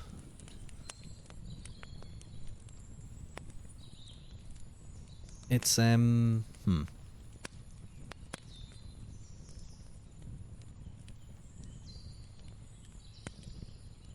can't think, but I feel like he's kind of emphasizing the cutting form, but it could definitely be a good stabbing tool as well. I think it looks nice and sturdy.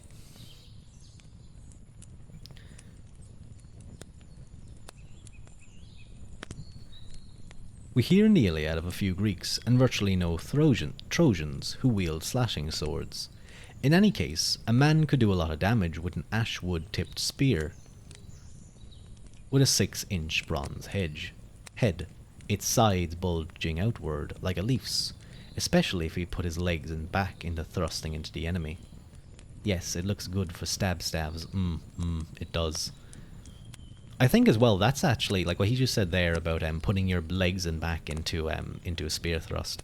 I think that's what made the Macedonian phalanx so strong, once it was properly used, is that doing something with two hands versus one is a world of difference. The amount of torque and power you're able to put into something is way, way bigger. So if you extend the size of your spear, make it essentially two-handed, you can now drive with a lot more force and drive through armor and inflict much more severe wounds that might have been only a simple stab wound that wouldn't have been too bad, a kind of shallow cut, or shallow stab I should say, in comparison to say a one-handed. And of course also being two-handed, it gives a greater degree of control over the spear itself, so it can be longer without sacrificing too much.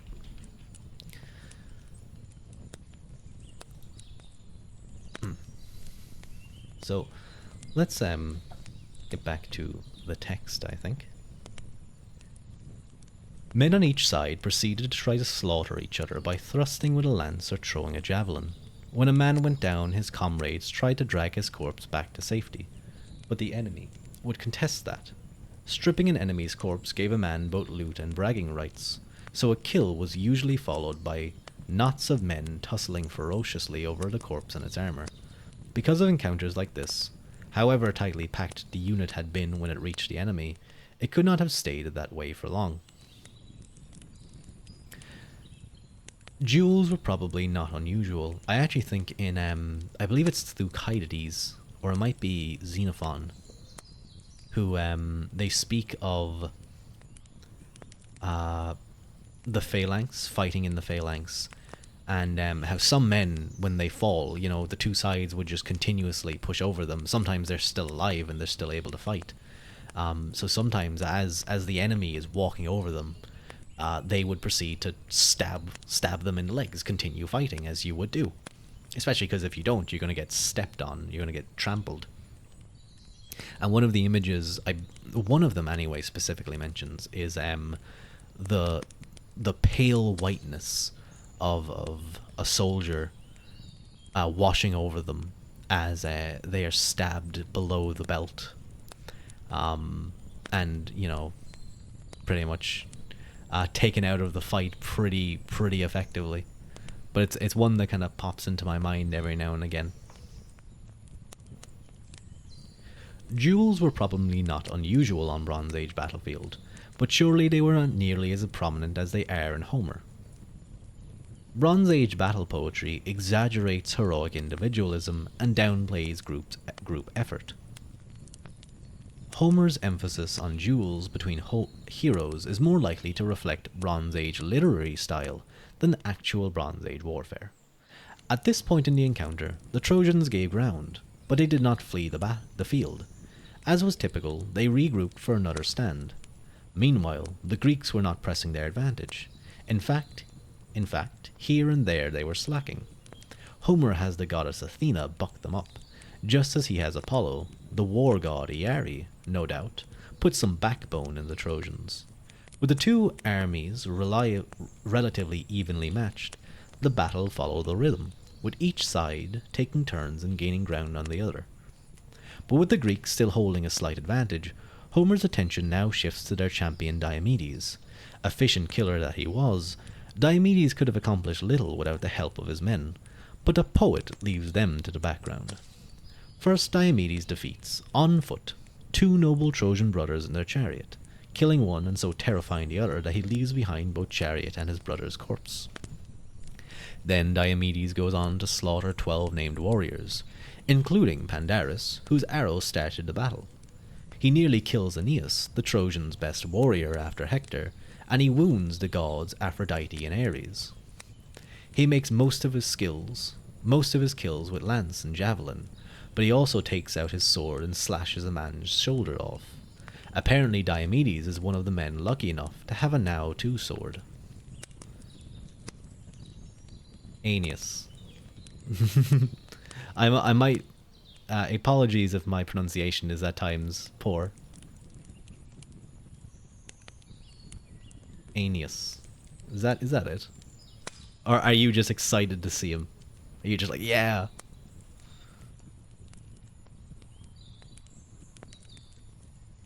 Founder of Alba Longa.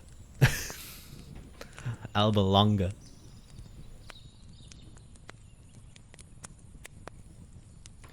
Yeah, he goes on to the story. Doesn't he go on? You're having a good day, Clever. Remember that. Remember. Yeah, he goes on to, I think in one of the stories, he pretty much continues to rule Troy, doesn't he?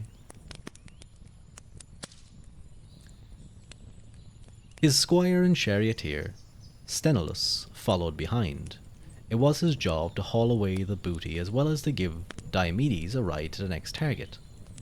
Diomedes would have won more booty by taking Pandarus alive and ransoming him, but his comrades had no cause to complain about Diomedes, whose vigorous leadership caused the Trojans to retreat back to the Scamander River, and the Greek offensive inflicted terrible casualties on the allies.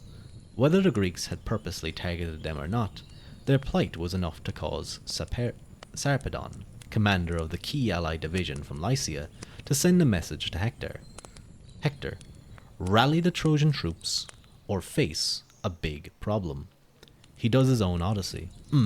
I haven't read about him, but I definitely remember hearing that he kind of goes on his own journey. There's so much. I like having you here, Clever, because you bring stuff up that like I'm like tangentially aware of when I need to look at stuff, and I'm like taking down some of the things you note. Hector responded quickly. He stepped down from his chariot and exhorted the Trojans on foot. They roared their enthusiasm and turned back to give battle. Meanwhile, the Greeks were remobilized by their leaders in turn, and they fought fearlessly. But the Trojans steadily pushed them back. Aeneas then makes a miraculous return to the field. Diomedes had hit him on the hip joint with a huge rock, which tore his tendons and broke his socket, but the gods whisked him off to Troy, cured him, and arranged for his wondrous comeback. A case of heroic exaggeration at its finest. In real life, Aeneas would probably have gone into shock. A less serious fracture would not have presented a problem to Bronze Age physicians, because they could set bones so that a fracture healed perfectly. Directed by Diomedes, the Greeks rediscovered their fighting spirit. They broke through the Trojan ranks and began driving them back towards Troy, but once again Hector saved the day by rallying the troops. The Greeks pulled back. It was an opportunity for Hector to take the advance of his brother Henelus, Troy's best seer, and dart back into the city, where he could have Queen Hecuba organize a special women's appeal to the goddess whom Homer calls Athena. Whether she was worshipped at Troy, ancient peoples often borrowed each other's gods, or whether Athena was actually an Eastern goddess, a prayer to a goddess for military success was not unusual in Anatolia. Hittite king Thuthelia IV, 1237 to 1209 BC, for example, prayed to the sun goddess of Arena for victory against an unnamed enemy, possibly the Assyrians. We can assume that Troy had a protector goddess, even if she cannot be identified. This serious religious mission in the heat of combat speaks volume about the nature of this battle. Either Hector was superstitious himself, or he knew that his men were. The story demonstrates the awareness that battle would be intermittent. It also underlines the reality that even the doughtiest champion needed to take a break from time to time. Homer reports how thirsty warriors were after battle. Mesopotamian war poetry called for mind over matter. A soldier needs strength, vigor, and speed. He has to make his mind command his body. Hector returned to the field with his brother Paris in tow, which gave the Trojans a second wind. Soon it became clear that, far from wanting to continue the fight, Hector sought a graceful way of calling it off. Homer says that Apollo had changed Hector's mind, but the Trojans had good reason to reach his conclusion without any help from the gods. He needed a respite. He needed time to meet with his commanders and hammer out a fresh plan, as well as to rest his men and to brief them anew. For Hector had received a key piece of intelligence. The great, the fierce Achilles fights no more. The best and most honourable way to achieve his goal was for Hector to issue a challenge. Single combat at this point served several purposes. It was a chivalrous way of ending a long day of fighting that had bloodied both sides without a clear outcome. It would strengthen the Trojans' standing in their allies' eyes by showing Hector's courage, and it would earn Hector political capital in the debate that lay ahead. Before taking his army back to war, Hector would have to deal with an urgent issue of morale. As an assembly that very night would show, the nation's will to fight was at question.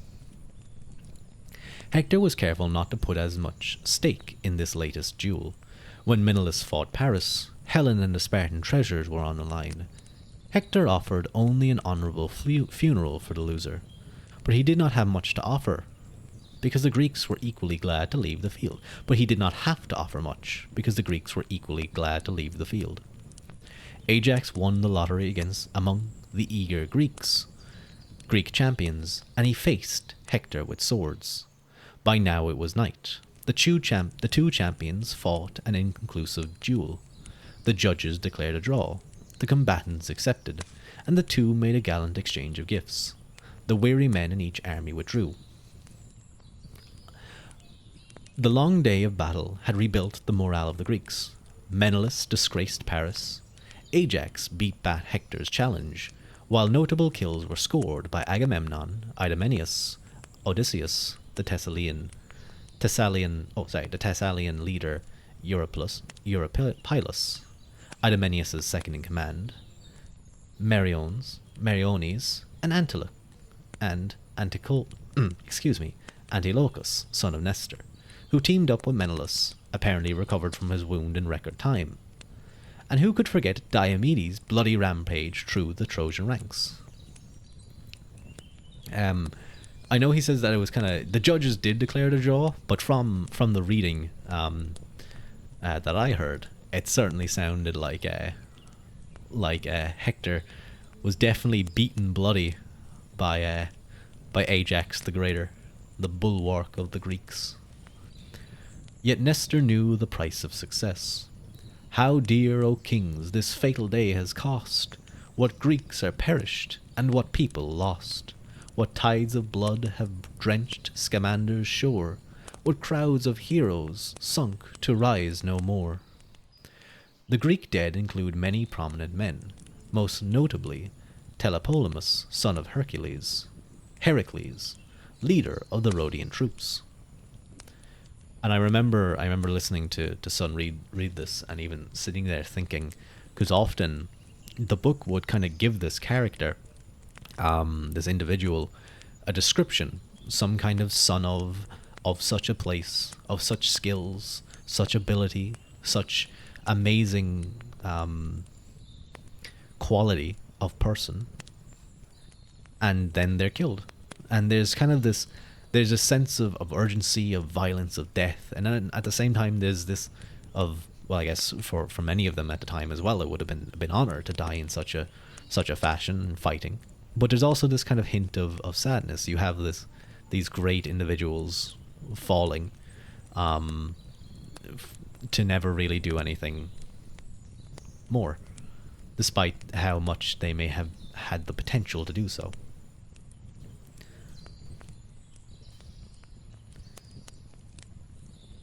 Meanwhile, the Trojan and their allies held a stormy assembly outside Priam's palace on the citadel. Antenor proposed the return of Helen and the Spartan treasures. After the day's bloodshed, he would have had plenty of supporters. Antenor was speaking from the heart, and he reminded his audience that they had broken an oath today. By shooting Menelaus after having sworn to resolve the war through a duel of champions, Pandarus had put the Trojans in the wrong. No good could come of this. Paris responded vigorously by saying the gods must have made Antenor mad, but then he had more or less admitted his own failure in the duel with Menelaus the day by offering a major concession. He would give back the Spartan treasures and even add a little extra from his own riches, but Paris refused to return Helen. Then Priam rose to support Paris's plan. He was not optimistic about Greek agreement, and he warned the men to expect no more than a ceasefire for burying the dead. The assembly approved Paris's offer, return of the Spartan treasure and then some, but Helen would stay where she was. The men dispersed. The soldiers returned to their units. They took their evening meals by companies.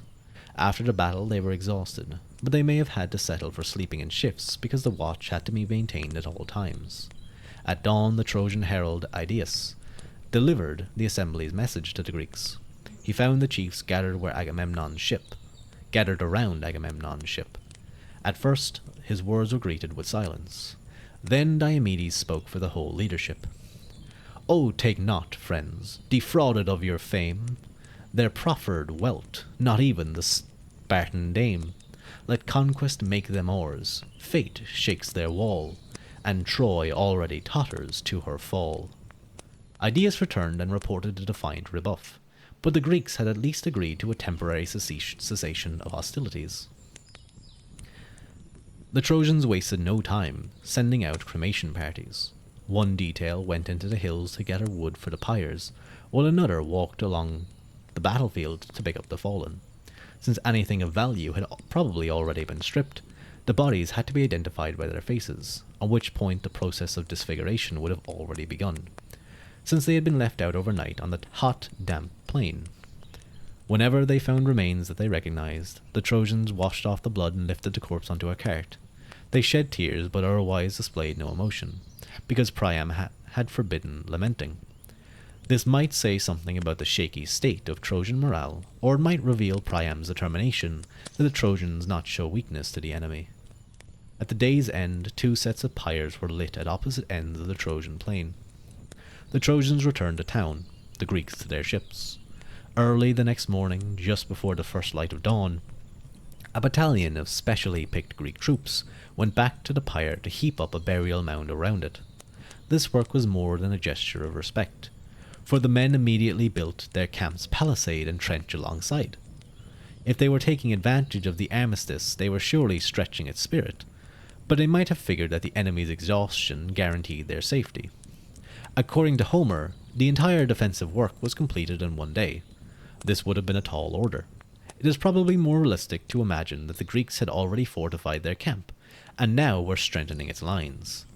In either case, Trojan scouts would surely have seen what the Greeks were up to. That night, while both armies feasted, Hector and his high command would have had time to contemplate yet another change in the balance of power, and to make new plans. They might have been forgiven for thinking they faced a whole new war. And that is the end of that chapter. Now, chapter 8, Night Moves. Let me just check something. Is it only a couple of pages long? No, I think it's another 15 pages, so I think we'll leave. We've been doing about two chapters every stream, and I think that's a nice way to keep it. I'll see. I might continue. I might just chat for a little bit. Haru. Drown check. Time for water. Time for water, mate. Oi, streamer, have you drunk your water yet? Don't make me come over there and make you drink your water. Yeah, that's right. You fucking drink your water. Yeah. Hello, Haru. How are you?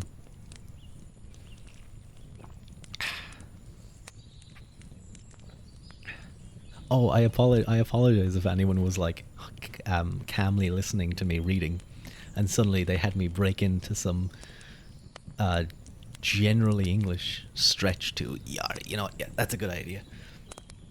I wasn't too shrimpy, but I was definitely kind of sitting back.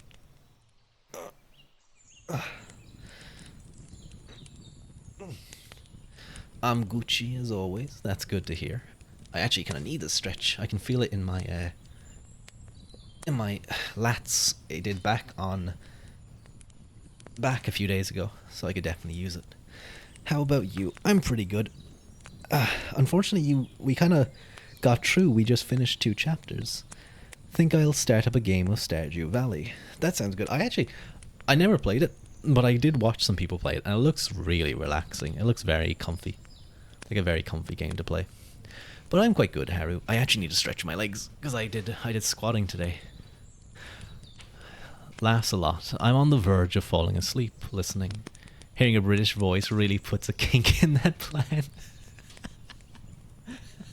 I'm sorry, laughs a lot. I apologize. Oh no, I hope you don't have to get up too early tomorrow. That you're able to stay awake. I'll have to remember that if I'm doing like ASMR. I can't just suddenly do that. Hang on, let me stand up.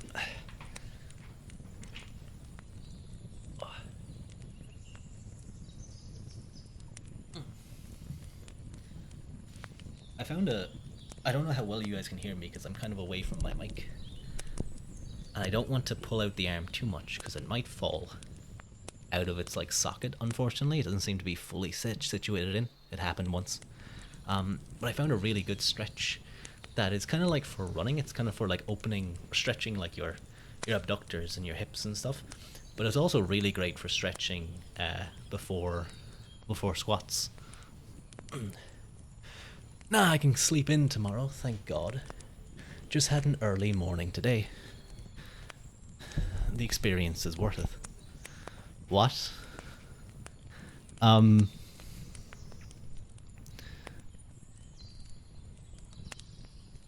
What fell out? Oh, my mic stand. Sorry, has once I had to pull it out because I was trying to do it was during a singing lesson, and I pulled it out so that I could stand up while singing because you should technically be standing while singing because that's for good posture.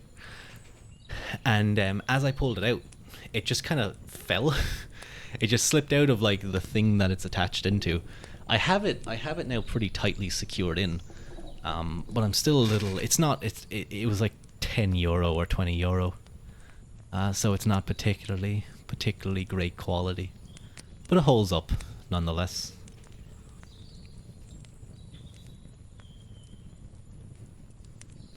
I heard that your arm fell out. I'm definitely. I would definitely not want my arm falling out. I've never broken anything or even like what's it called again? Dislocated anything. I did get concussed, but yeah, it's just I imagine better quality arms are probably more fixed in place. Because this is just like this is inserted after you like attach the stand to whatever to like your desk. Then you put the arm itself in and like tighten a screw that just holds it in place. But it's not a I don't think it's a screw that goes into anything. It just kind of sits. It just like presses against it. So like if too much weight is pulling it from one side, it will just fall out. So I do have to be careful. Thankfully, I managed to grab it in time before my like microphone hit the ground. I have heard that microphones are pretty sturdy things, but that was still kind of a bit of a panic. I kind of freaked out for a little bit.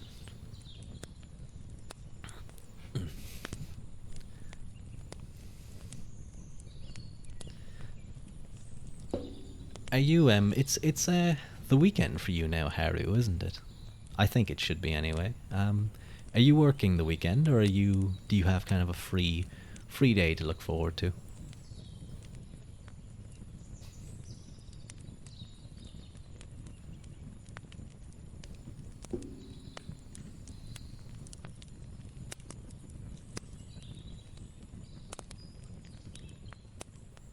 I'm gonna have to go through, and it's Friday.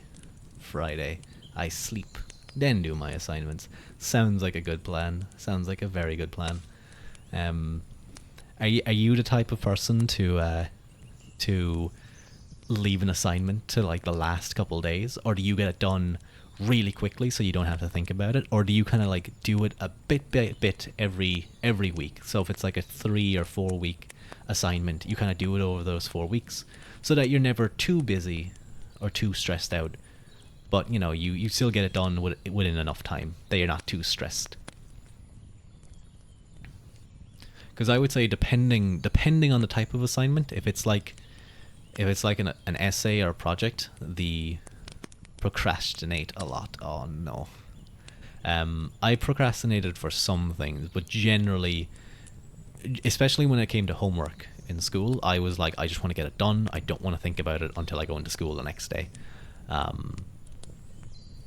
But I definitely remember, especially for like English essays and stuff, even if I was given like a 3 day period to write them, I would just be like, I'll just leave it for the last day and write something. But when I got to college, I definitely kind of changed it up a bit, and I became a bit more kind of strict with myself. I would always make myself at least do something to further along a project every day, and usually had certain aims. So it might be something as simple as researching on the project, typing out X number of words. So I might say, depending on the length of it, it might be 500 words or something that I would aim to write in that day, or at least, I'd go Say if it was like a 4,000 word project, I'd say I want at least 2,000 words written by the end of this week. I work the best at night hours. I tend to find I do as well. If I'm able to stop playing a game or something, I'm able to work my best. It seems my mind is at its peak condition in the middle of the night, which isn't great. Please, I procrastinated on an English essay for like a month. Or my English teacher would not allow that. She would be on you very quickly. You couldn't procrastinate. You better had a damn good reason if you didn't have it. Although I did know some people who like would leave all their work until the day before, and like then they'd be so stressed you could almost see it in them sometimes. The teacher loved it too. Yo, let's go, Haru. Just greatness in a mad dash to the end. Good job. What was I saying? It kind of blanked. I've gone blank now. Something about teachers, but it was oh, that's cute. That's a cute emote. Who is that? Yoha Uruji.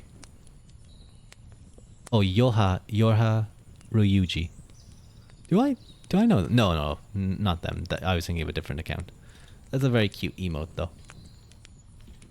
I was only just talking earlier about how I really love like glow stick emotes, and how, for example, oh no, wait, my gift sub ran out. I can't show that one.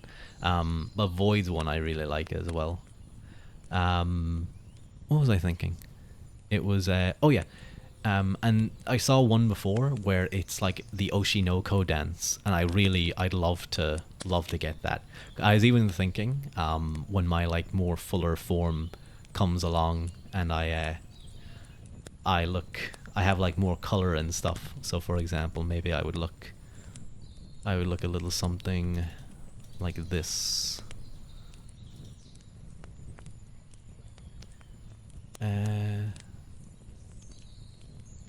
So I would have like the big flowy sleeves. If I was doing like the Oshinoko dance, the slung sleeves could like follow the glow stick, and then they could even be like colored in whatever color the glow stick is, creating like a bigger circle of color as the dance goes on. I think that could be kind of cool, but that would probably be very expensive as an emote. But I love emotes so much; they're so fun. That would be, yeah. I think it would just be cool, because I think having the big sleeves would make any sort of big movement emote a little difficult to do, but I think you could definitely play around with it and make it look pretty interesting and pretty cool.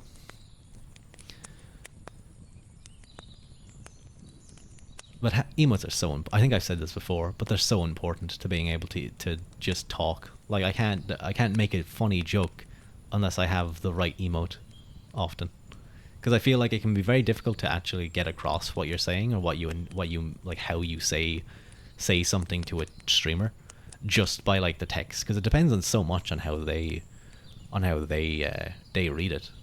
The emotes I make are kinda sus. I haven't seen. Do you make emotes? I didn't know you make emotes. I'm gonna have to check your Twitter now and see if I can find some of them, or it might be on like your thing. Let's go check it out. Haru_Regen. Do you have them on your Twitter? I made them from my friend. Oh, okay. I wonder, could I find them on your... Whoa, look at that Sasa image. He has his chain between his thing and his mouth, showing off his chest. You have an interesting art style, or not necessarily an art style, although I do like your art style. It is quite nice, but you seem to like a particular thing.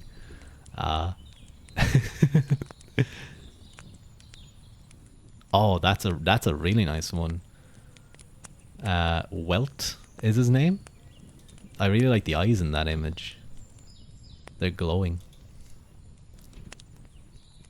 Yes, I do. Strong, manly forms, is it?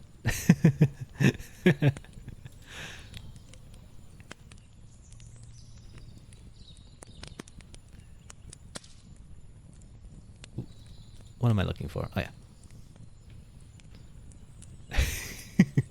It's okay, it's okay. Damn, what's the Twitter? It's the same as her username. Haru Regan. Yeah,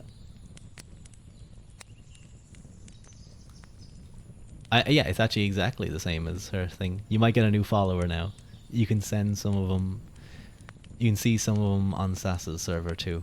Oh, okay. The emotes, is it? Or are you are you talking about the things that people post there that I look at and very quickly leave?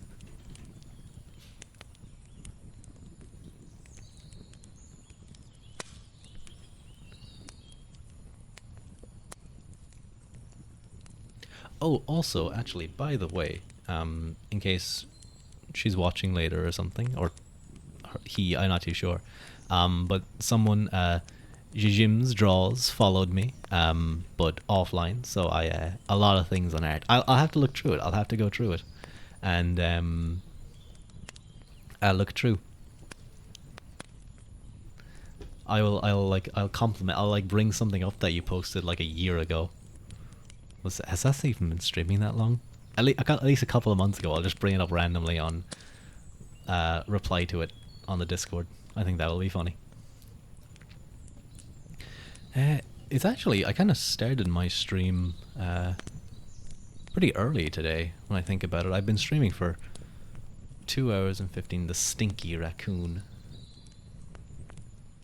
Stinky Raccoon. Ooh. Sasa isn't a raccoon, I think. He's a lawyer. Or maybe it was one of the characters that I was reading on your thing. We've been going for about 2 hours and 15 minutes, just over it.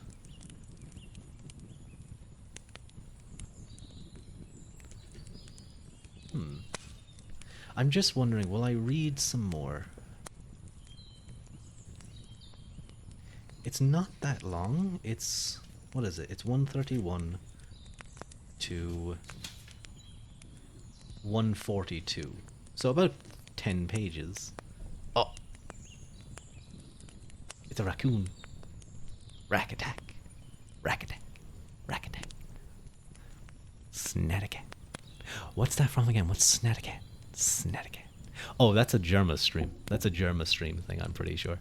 When he was playing, is that Germa? It might be. So much is Germa. I think it is. It has something to do. I think it might have something to do with his sorcery streams. They could be very fun to stream, actually. Although I'd probably just end up copying his jokes.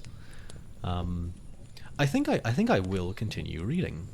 For those of you who still want to fall asleep slowly. Because honestly, it's only 10 pages. It's not that long.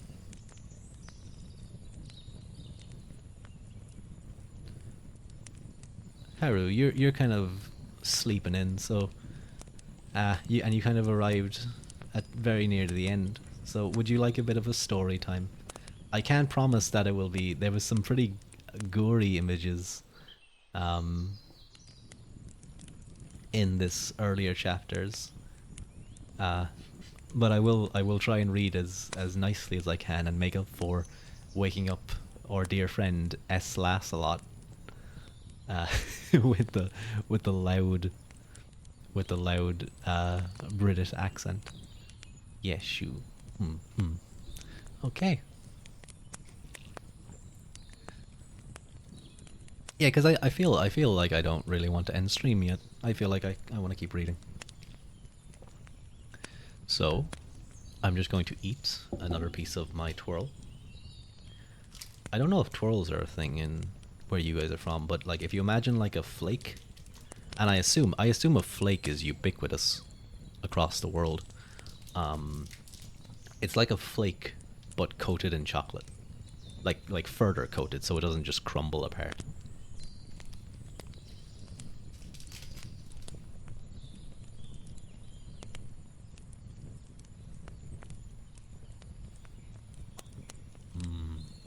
Yummy. Damn, share, bro. You're making hungry. I literally have. It's like I have like half an inch of it left. There's so little of it left, though. I grabbed one bar. Usually they come in packs of two, so I could have shared one. Making me hungry. So, Chapter 8, Night Moves. Hang on, let me take a drink of water after eating something.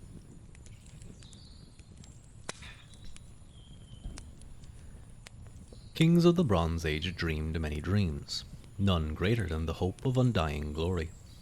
Only the gods could grant such a wish, and the gods would not be forced. But they did appreciate gifts, so the prudent monarch would cap off his reign with a suitable offering of thanks, an imposing monument, perhaps with an inscription expressing gratitude to heaven for success, long life, prosperity, children, and of course victory. Victory was the seed of immortality, and victory was granted by the gods in many ways, from delivering of a king's enemies into his hands to their destruction beneath his feet. But no victory was sweeter than that reversed imminent defeat. With the gods' help, he would force the enemy chiefs to stop their boasting. So Hector might have dreamed that night as the funeral pyres blazed on the Trojan plain. The Greeks had lost some of their best men and had retreated behind weak walls. If the Trojan prince led his armies out now, they might ride a tide of flames to the Greek ships. Hector might have imagined that long after he had replaced Priam on the throne, and in turn had been replaced by his own son, Astyanax. He would be remembered by the poets as the king who had saved Troy. So when the sun rose the next morning, Hector was on fire. He was at the head of an army that charged out of the gates of the city, some on foot and some in chariots, all hungry for a fight. The Greeks had little choice but to leave their camp and meet the Trojans on the plain. For several hours the battle was evenly balanced, but shortly after noon, in the unforgiving brightness of a sky that stretched from Mount Ida to Samothrace, the tide turned in Troy's favour. The Greeks began to run. Diomedes, however, had the courage to turn his chariot towards the enemy and hurl a javelin that killed Hector's charioteers. But the gods were on Troy's side. Homer envisioned Zeus himself, on Gongaros, the highest peak of Mount Ida, looking down on the battle from the gusty summit. The god thundered against the Greeks, then struck the ground in front of Diomedes' horse with a lightning bolt. Not even the courageous son of Tydeus could resist divine displeasure, so he too turned and fled. The Hittite king, Murshilish II, had likewise been helped by divine lightning bolt around 1316 BC in his battle against Arzawa, about 200 miles south of Troy, and a Babylonian prayer to the gods of the thunderstorm, found preserved in the Hittite capital of Hattusha, shudders at the gods' intervention in combat. Hector now indulged in one of the oldest traditions of Bronze Age warfare. When they weren't spinning tales about the greatness of the men they defeated, Bronze Age commanders would demean the enemy as a dog, as the son of a nobody, or as someone whom the gods should turn into a woman. Femboys back then, I guess?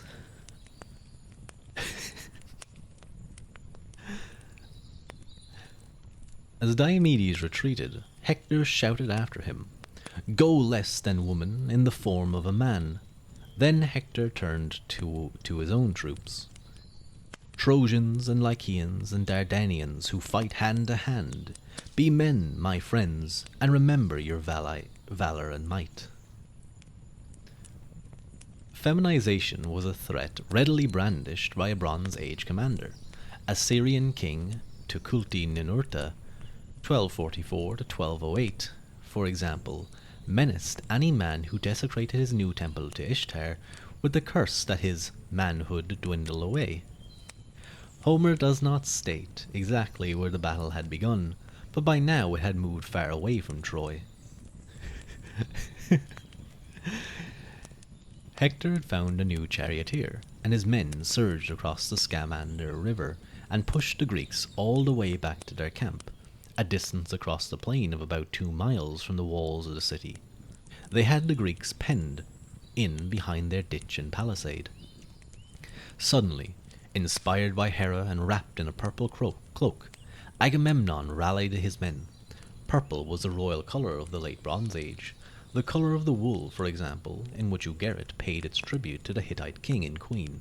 Purple-clad Agamemnon stood on Odysseus' flagship at the centre of the camp, and shouted loudly enough to be heard from one end of the ships to the other. From the flank, guarded by Ajax's vessels, to the ships of Achilles at the other flank. Not that he was listening. Roused to action, the Greek champions counterattacked. Teucer's arrows killed 10 Trojans, including both a son of Priam and Hector's second charioteer. But the one man whom Teucer could not manage to hit was Hector. He was moving, Teucer complained, like a rabid dog, not knowing where to bite next, as a Mesopotamian saying had it. Dogs were the favourite animal for insults in Bronze Age invective. Having found another new charioteer, that's the third one, Hector leaped to the ground and took off with a loud yell after Teucer, throwing a stone that nearly killed him. The Greeks began to fall back once again to take cover behind their fortifications. Hector's men might have pressed their advantage all the way to the ships, but night was now falling. Cursing their luck, they had to give up. But they were not prepared to fall back tamely behind the city walls. For the first time during the wall, they pitched their camp on the Trojan plain, in an open space free of the bodies of the fallen. By camping on the west bank of the Scamander River, the Trojan army kept a calculated risk. But it kept pressure on the Greeks. Homer calls the place the Bridges of War. The Trojan plain was marshy, especially in its northern end, and bridges possibly refers to an area of solid ground for chariots to cross. The army was deployed in a line stretching northwest to southeast, which protected the city and covered any retreat. The northern end was anchored by the Carians of Anatolia and the Paeonians of Macedonia, while Lycians secured the southern tip. In between were various other Anatolian contingents as well as the Trojans and their near neighbours, and a new detachment of Thracians under King Rhesus had just arrived. So not only do they have the advantage or the kind of foregoing, the momentum is with them, they're also getting new allies. It seems the Trojans are in a pretty strong position. The Trojans were busy in the dark. Some companies of men were delegated to feed the horses, others to go back to town to bring sheep, cattle, bread and wine for the soldiers' meal. More or less the same food served by Syrian towns to Egyptian soldiers in the 1300s BC. Other companies of Trojans went into the hills to gather firewood. The Trojans would keep their fires burning all night long in order to be able to see any attempt by the enemy to load their ships and sail away. Meanwhile, Hector wasn't taking any chances on the home front. He put into effect a few simple measures of deception. He sent heralds around the street to order out boys and old men onto the walls, and women to light the town with a fire in every house. No doubt he also ordered a herald to be ready to sound the alarm in case of sudden attack. After sacrificing bulls to the gods and feeding barley to their horses, the Trojans themselves chowed down, a company of 50 men at each fire. Then, away from the city for the first time in years, they fell asleep under the stars. The Greeks, meanwhile, were in a panic. Agamemnon had ordered a teary-eyed abandonment of the expedition. Diomedes responded with a reckless pledge to stand, conquer or die. And the men cheered. Nestor came to the rescue with a level-headed plan, post sentries along the walls, and called the chiefs to a council of war. The stakes couldn't have been higher. As Nestor said, this knight will either destroy the encampment or save it. The Greeks now placed 700 spearmen between the wall and the trench, in 7 companies of 100 men each, one of which was led by Nestor's son, Thrasymedes.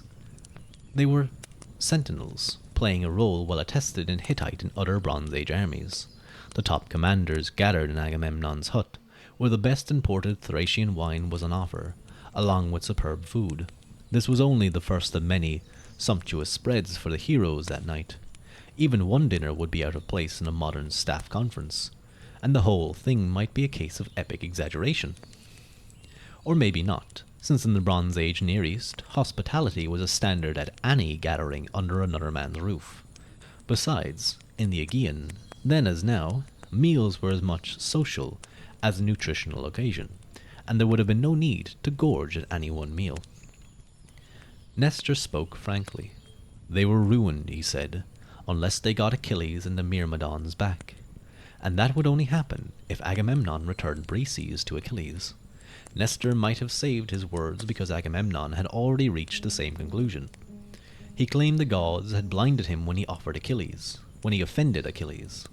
Now that he had his wits about him once more, he would make amends not merely by returning the young woman, untouched by him, but by adding gifts worthy of a king whose property was as wide as the sea.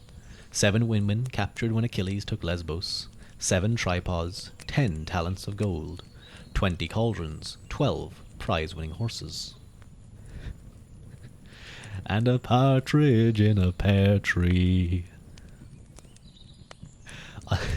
On top of that, Agamemnon offered to Achilles the lion's share of booty from Troy, including gold, bronze, and the 20 most beautiful women besides Helen, as well as marriage back in Greece to one of Agamemnon's daughters, with a huge dowry, plus a kingdom made up of 7 prosperous cities in the western Peloponnese.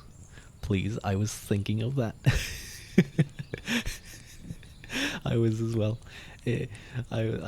I was trying to see if I could tie it in to any other lyrics, but as I kept reading, I was like, it's just the 12 days of Christmas.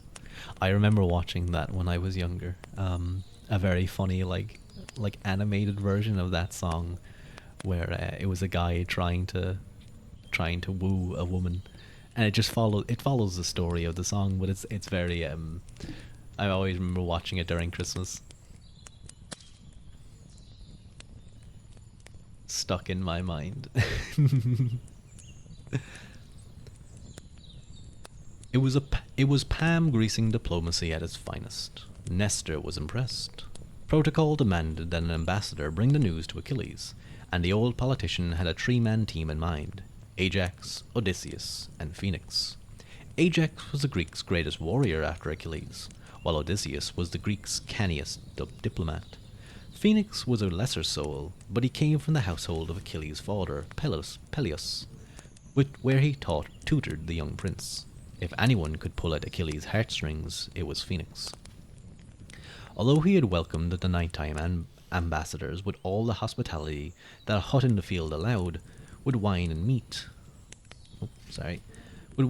and seats on couches covered with purple throws, Achilles did not budge an inch. They warned him that Hector planned to burn the ships and kill the Greeks come morning, and they emphasized Agamemnon's enormous generosity. But Achilles was not interested. The insult had been too great to forgive. Besides, talk of loot from Troy was just empty words, since Zeus clearly now had decided for the enemy. The Greeks would never take the city, so if they looked out to sea in the first grey light of morning, they would see Achilles and all his men sailing home. The ambassadors tried to reason with the great warrior, but the best they could get from him was a promise to fight if Hector was foolish enough to attack his huts and ships and the Myrmidons. Otherwise, Achilles would do nothing to help save the camp. Despondently, they trudged back to Agamemnon's hut and relayed the bad news. After a long silence, Diomedes called on them all to eat and drink again, and to get some rest, so that, at dawn, they could fight to save their ships. The wine helped most of them sleep, but Agamemnon and Menelaus were kept wide awake by worry. The supreme overlord was stunned by the sight of so many Trojan fires on the plain. The sounds of pipes and whistles rose above the general din. The two sons of Atreus decided that a scouting mission might save the army. They hurried off in separate directions to rouse the commanders, beginning with Nestor. Agamemnon and a small party then checked that the guards had not dozed before calling a council of war. Agamemnon needed to instill a sense of urgency in his fellow commanders, who had been awakened from his sleep and who did not understand that the army was, as Nestor put it, poised on a razor's edge. Having galvanized them, Agamemnon needed one or more volunteers for an assignment richer in danger than in glory. This would be no heroic battlefield performance before a crowd. The mission was to discover the enemy's battle plans, either by capturing a Trojan strangler or by sneaking around and eavesdropping. The stars had shifted westward in the sky, marking the passage of two of the three watches into which the ancients divided the night. The men would have to move fast to enjoy the cover of darkness. Diomedes volunteered and requested Odysseus as a partner. They were so pressed for time that they borrowed their arms and armor from other men, who had come better prepared. Both men took swords, while Odysseus also grabbed a bow, and Diomedes a shield. Diomedes wore a plain leather helmet, Odysseus an elaborate, antique, and expensive boar-tusk helmet. As they made their way towards the enemy lines in the black night, they had to step over corpses, abandoned weapons, and pools of blood. Unbeknownst to them, the Trojans were organizing a scouting party of their own. But what was serious business for the Greeks was almost comedy for the Trojans. Instead of receiving the service of an Aeneas or Paris, Hector had to settle for the son of a herald, who, like Thersites, was rich but ignoble. Dolon, the name is derived from the Greek dolos, or trick, was the only boy among his father Eumedes' 6 children. Although he was outfitted for spying, wearing a wolf skin and carrying a javelin and a curved bow slung from his shoulder, the material of his cap was weasel, which strikes a comic note. Ha ha ha.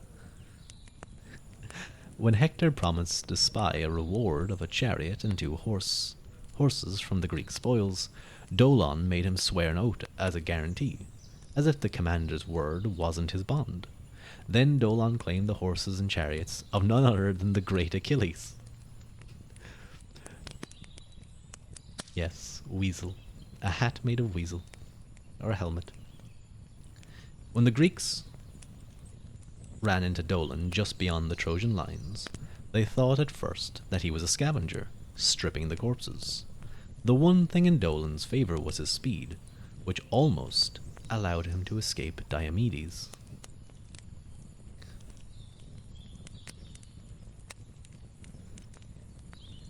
Men stripped corpses for many reasons, not all of them reprehensible.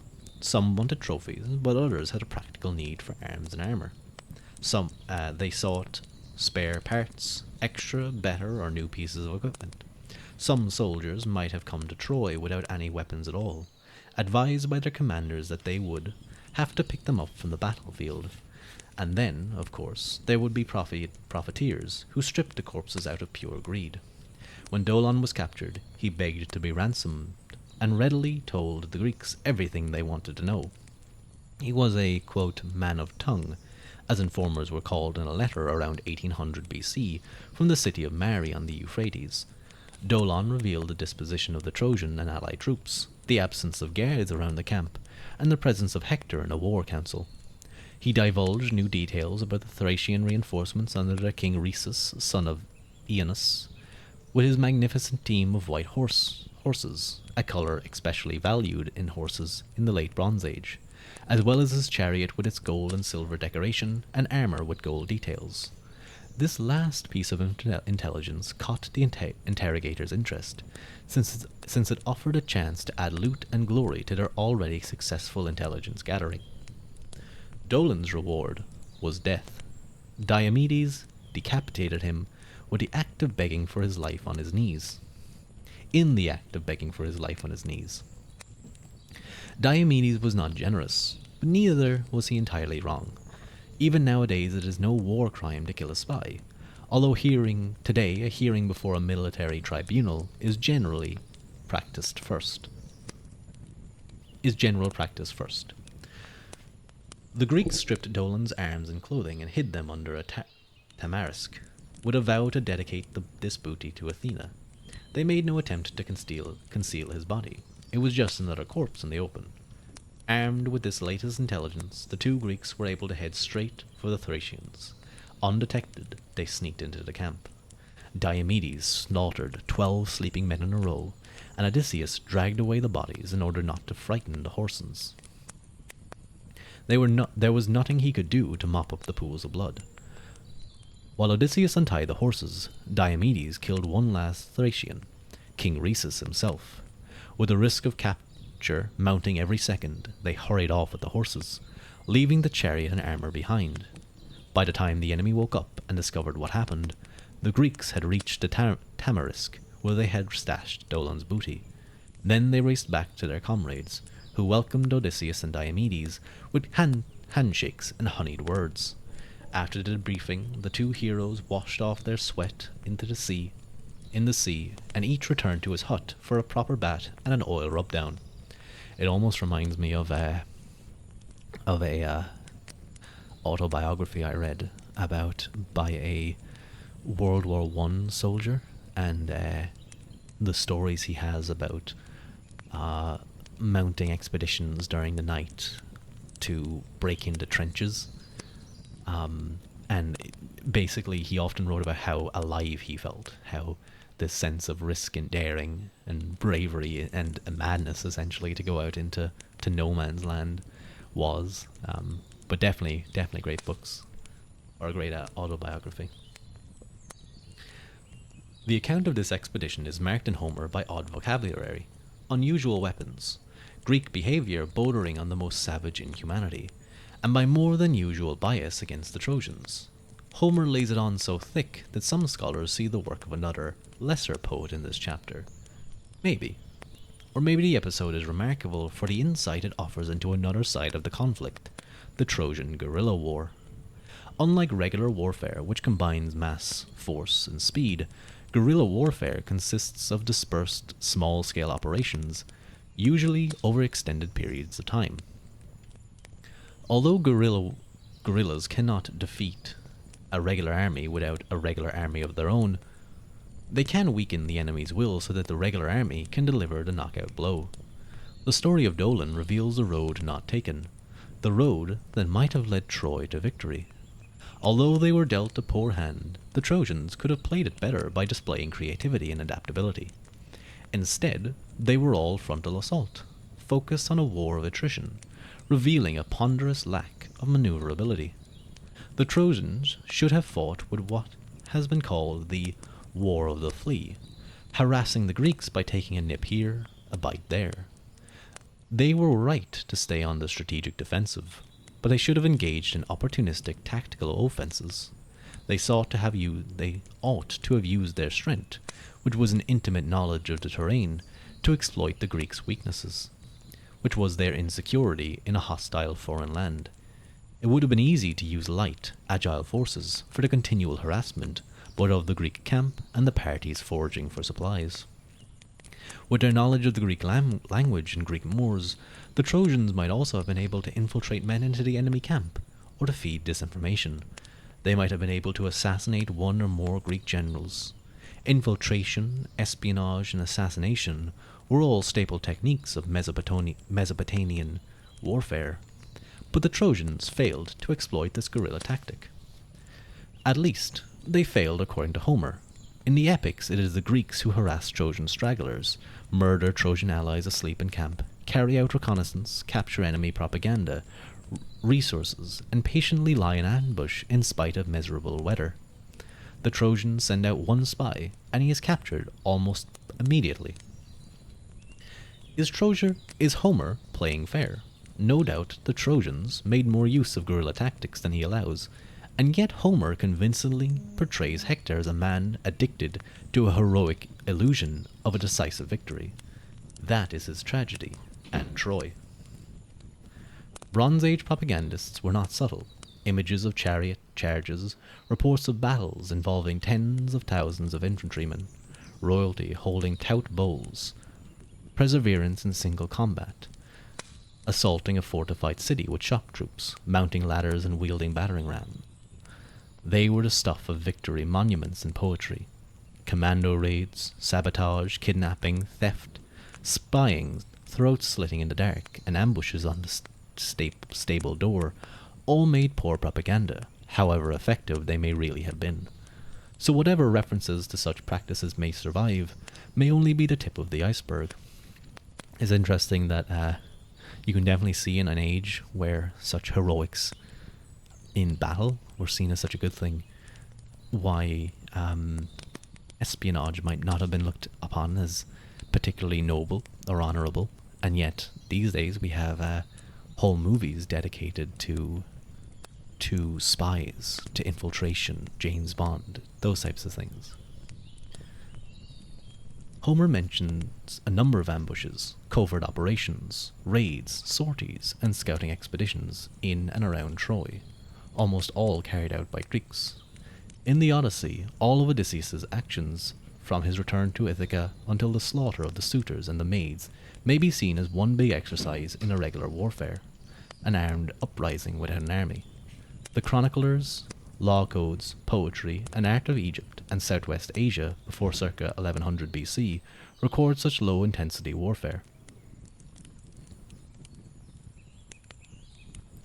Hittite law documents ingenious and active thieves who made off with slaves and every kind of animal, from bulls to pigs, as well as bees, birds, household goods, grains, plaster, a grapevine's tendrils, ploughs, carts, chariot wheels, water throws, lashes, whips, reins, spears, knives, nails, curtains, doors, bricks, and foundation stones. The Sumerians write about breaking and entering, the Babylonians about raids on merchant caravans, while the Egyptians decry those who pilfer a loaf of bread or a pair of sandals from a traveller. Sheep stealing was a way of life in the Levant, and the merchant counted himself lucky if his caravan wasn't picked off. Near Eastern societies were familiar with personal violence of every sort, from tearing off ears and biting off noses, to knocking out teeth and breaking bones. They knew every weapon of interpersonal violence, from fists to clubs, from daggers to bows. Here are 3 examples. A king of the city of Byblos, in today's Lebanon, in 1300s BC, foiled an assassination who came at him with a bronze dagger. An Egyptian tale from before 1200 BC involves an elder brother who falsely believed that his younger brother had tried to seduce his wife. Imagine him sharpening his spear and standing behind the stable door, waiting to ambush his regular brother while he returned with the cattle in the evening. A mace head was dedicated to the god Ashur by the Assyrian king Shalmaneser I. Just as coastal dwellers had to deal with pirates, people who lived inland struggled with less civilized raiders from across the border. The farmers of late Bronze Age Ugarit suffered raids by the men of neighbouring Sianu, who cut their vines. In Egypt during the reign of King Merekare, there was a continual trouble from the miserable Asiatic, that is, Canaanite nomads, who moved their flocks with the seasons and raided the locals wherever they went. One text refers to Canaanites as constantly moving in search of food, constantly fighting, never formally declaring war and behaving like thieves. Though troublesome, the author says the group could only do minimal damage. Limited damage. Like crocodiles, they can grab someone on a lonely road, but they are not capable of attacking a town. In short, they fought like guerrillas. There's less evidence for irregular warfare or covert operations, but there is some. Scouting patrols were a regular feature of Bronze Age warfare, from Mesopotamia in the 1700s to Hatti in the 1200s BC. The Hittites sent out spies to gather information about enemy towns. They also employed allies to spread disinformation. On the eve of the Battle of Kadesh, for example, they had 2 Bedouin purposely captured by the Egyptian enemy, who then fed the enemy lies. Now that would be quite the task. Imagine being told, hey, you're going to be purposely caught by the enemy. You'd want to hope that they don't just kill you right then and there, right after they get their information. I would imagine that they would probably go for people who would be worth a lot of money, captured. Nobles, children of nobles. That way they weren't just seen as useful information, and then off to the executioner's block. Meanwhile, concealment of their chariots was the key to Hittite strategy against Egypt in the battle that followed, and as early as around 200-2000 BC, a Sumerian poem about a war had one king send out his bodyguard to the enemy in order to confuse and mislead the other king. If the Trojans had wanted to steal Greek livestock, supplies, and slaves, if they'd wanted to waylay individual soldiers and kill or capture them, if they'd wanted to send out spies to learn what the Greeks were up to, or to discharge double agents to spread disinformation, if they wanted to leave the enemy jumpy and worn out, they would have had plenty of contemporary models. But low-intensity warfare requires tremendous patience, and waiting could not have been easy for the Trojans, after all they had endured. Their wealth was dwindling after years of feeding the allies at their own expense, and showering their allied leaders with gifts. The mansions of Troy had been emptied of the gold and bronze that once filled them. The people were tired of being shut up inside their walls, and the Greeks were stripping their hinterland of its livestock and luxuries, its field hands and finery, just as they were preventing new wealth from flowing in from the ships on the Trojan harbour. Hunger was a byproduct of invasion. Describing the situation in the city of Ur besieged by the Elamites around 2100 BC, a poet said that, quote, "Hunger contorts people's faces, it twists their muscles," unquote. Troy was not cut off from the world, but Greek raiders probably took a toll on the food supply. Like the Greek magistrate of the Bronze Age city of Byblos, when his town came under attack, a Trojan might have bewailed the lack of grain and the loss of livestock. The mayor of Byblos claimed that his citizens had to sell their furniture abroad and sell their children into slavery in order to obtain food when under siege. Hector had no interest in victory won by sneaking out of ditches or by crawling through the mud. He wanted nothing less than glory, quote, "beyond measure, rivaling in height heaven and earth." As he once put it, "My early youth was bred to martial pains. My soul impels me to embattled plains. Let me be foremost to defend the throne, and guard my father's glories and my own." But glory did not come without a price. And that's the end of that chapter. And I think now I'm definitely going to stop reading. Ooh, we got a lot done today. Let me check something real quick.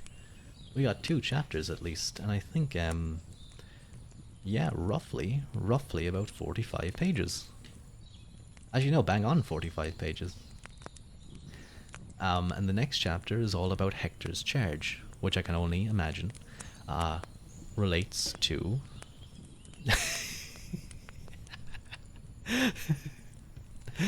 Thank you, Haru. Making sure that I'm properly hydrated.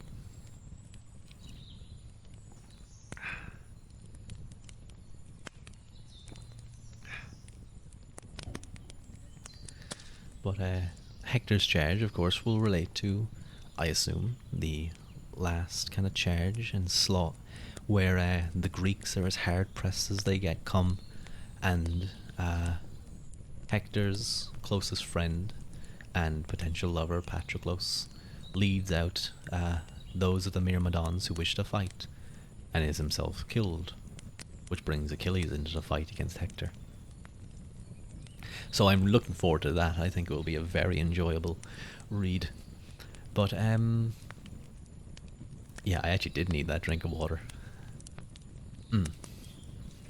I think I might have mentioned it earlier. I don't know if you were here, Haru, but I was messing around with singing, just trying different things. So I can definitely not on stream. I was just talking earlier about how I was singing and how I my voice was particularly good today after the gym. I think I was like my muscles that do the breathing.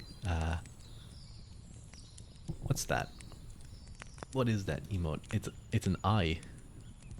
That's kind of spooky. That's a very interesting emote. But I think it like exercise helps, I guess, just warm everything up and give you greater control. But I was able to hit some notes that I was like, whoa, where are those coming from? At times I sounded like Mickey Mouse. But I'm not going to do it because some people may be sleeping and enjoying, kind of have drifted off to sleep. Uh, but those of you who are watching, who may not yet be, um, it would be very much appreciated if you could follow me here if you'd like to continue following the story and watch me doing other such things. And also follow me on Twitter. I actually should probably set up those things that people have where like will every now and again just post a Twitter link. I should at the very least set up like basic commands in chat. That should be something that I should look into. I might ask some of my streamer friends about that. Like what kind of are the generally good ones to have.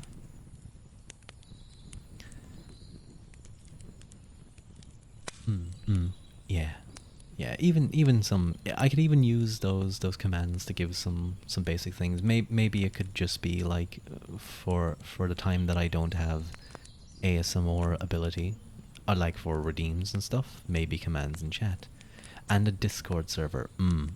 I do want to set up one. Although I imagine I won't have many people in it in the first place. You know, it's something that will grow over time.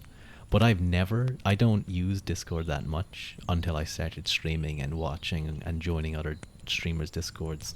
So I'm gonna have to like set up the channel and figure out like what things I need.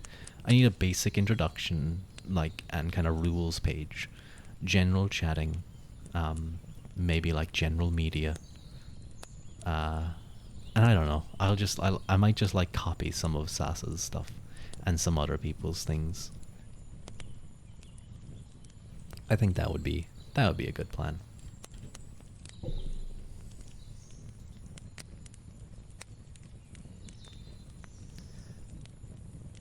Ugh.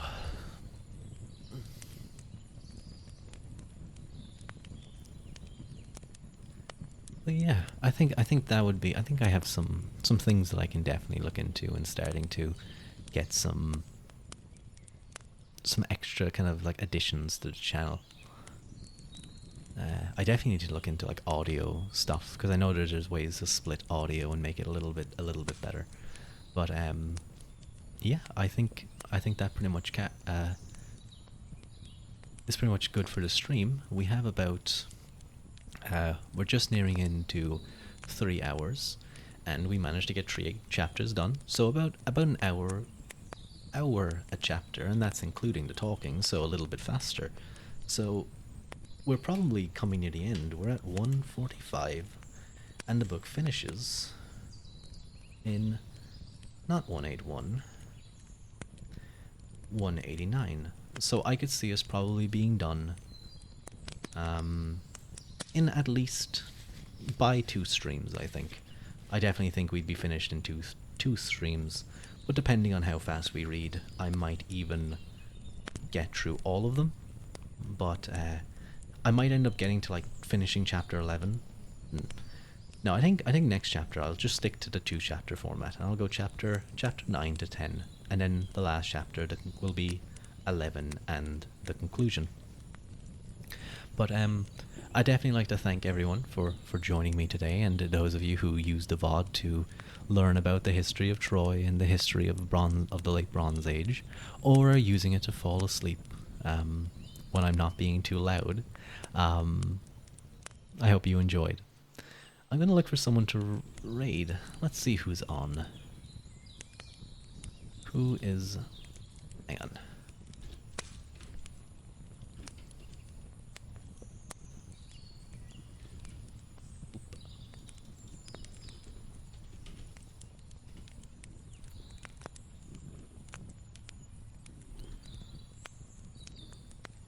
Thank you for the stream. You're very welcome, Haru. Thank you so much for showing up and always being really, really supportive and making sure I drink enough water. It's always very, very appreciated. Let me just...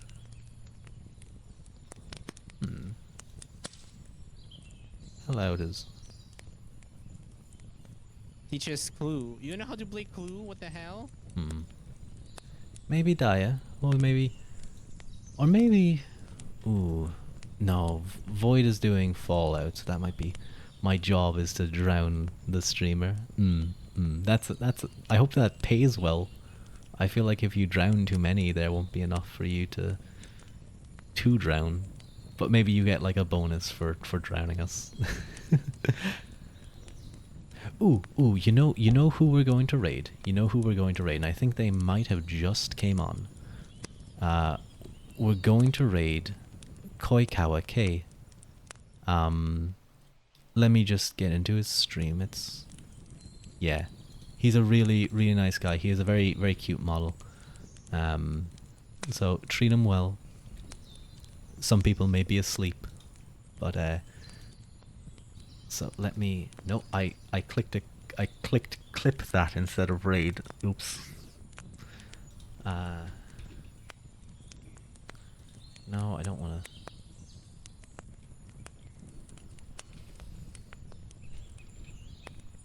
Here we are.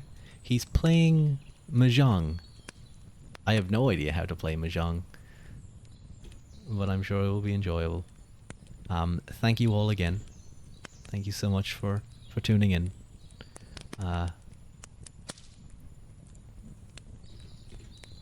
Slán go fóill. And go raibh maith. I think we'll go with like Ruadh raid. Yeah, Ruadh raid. Atsu.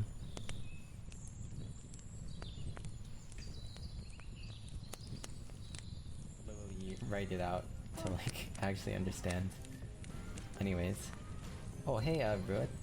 Thanks for the raid. Welcome to the stream. I haven't been doing well, but my very last game was a win, so we're on the upswing now. It's my time to shine. Oh wait, I guess... Oh, you know, I normally don't do this because I barely ever get raided, so... I'll, I can introduce myself. Wow, hello, I'm Koikawa K. Non-genius, smartest person you'll ever meet, not copium. I'm definitely good at Mahjong and not a noob playing in silver. And we're here to win every single game. And hey Haru, welcome to the stream.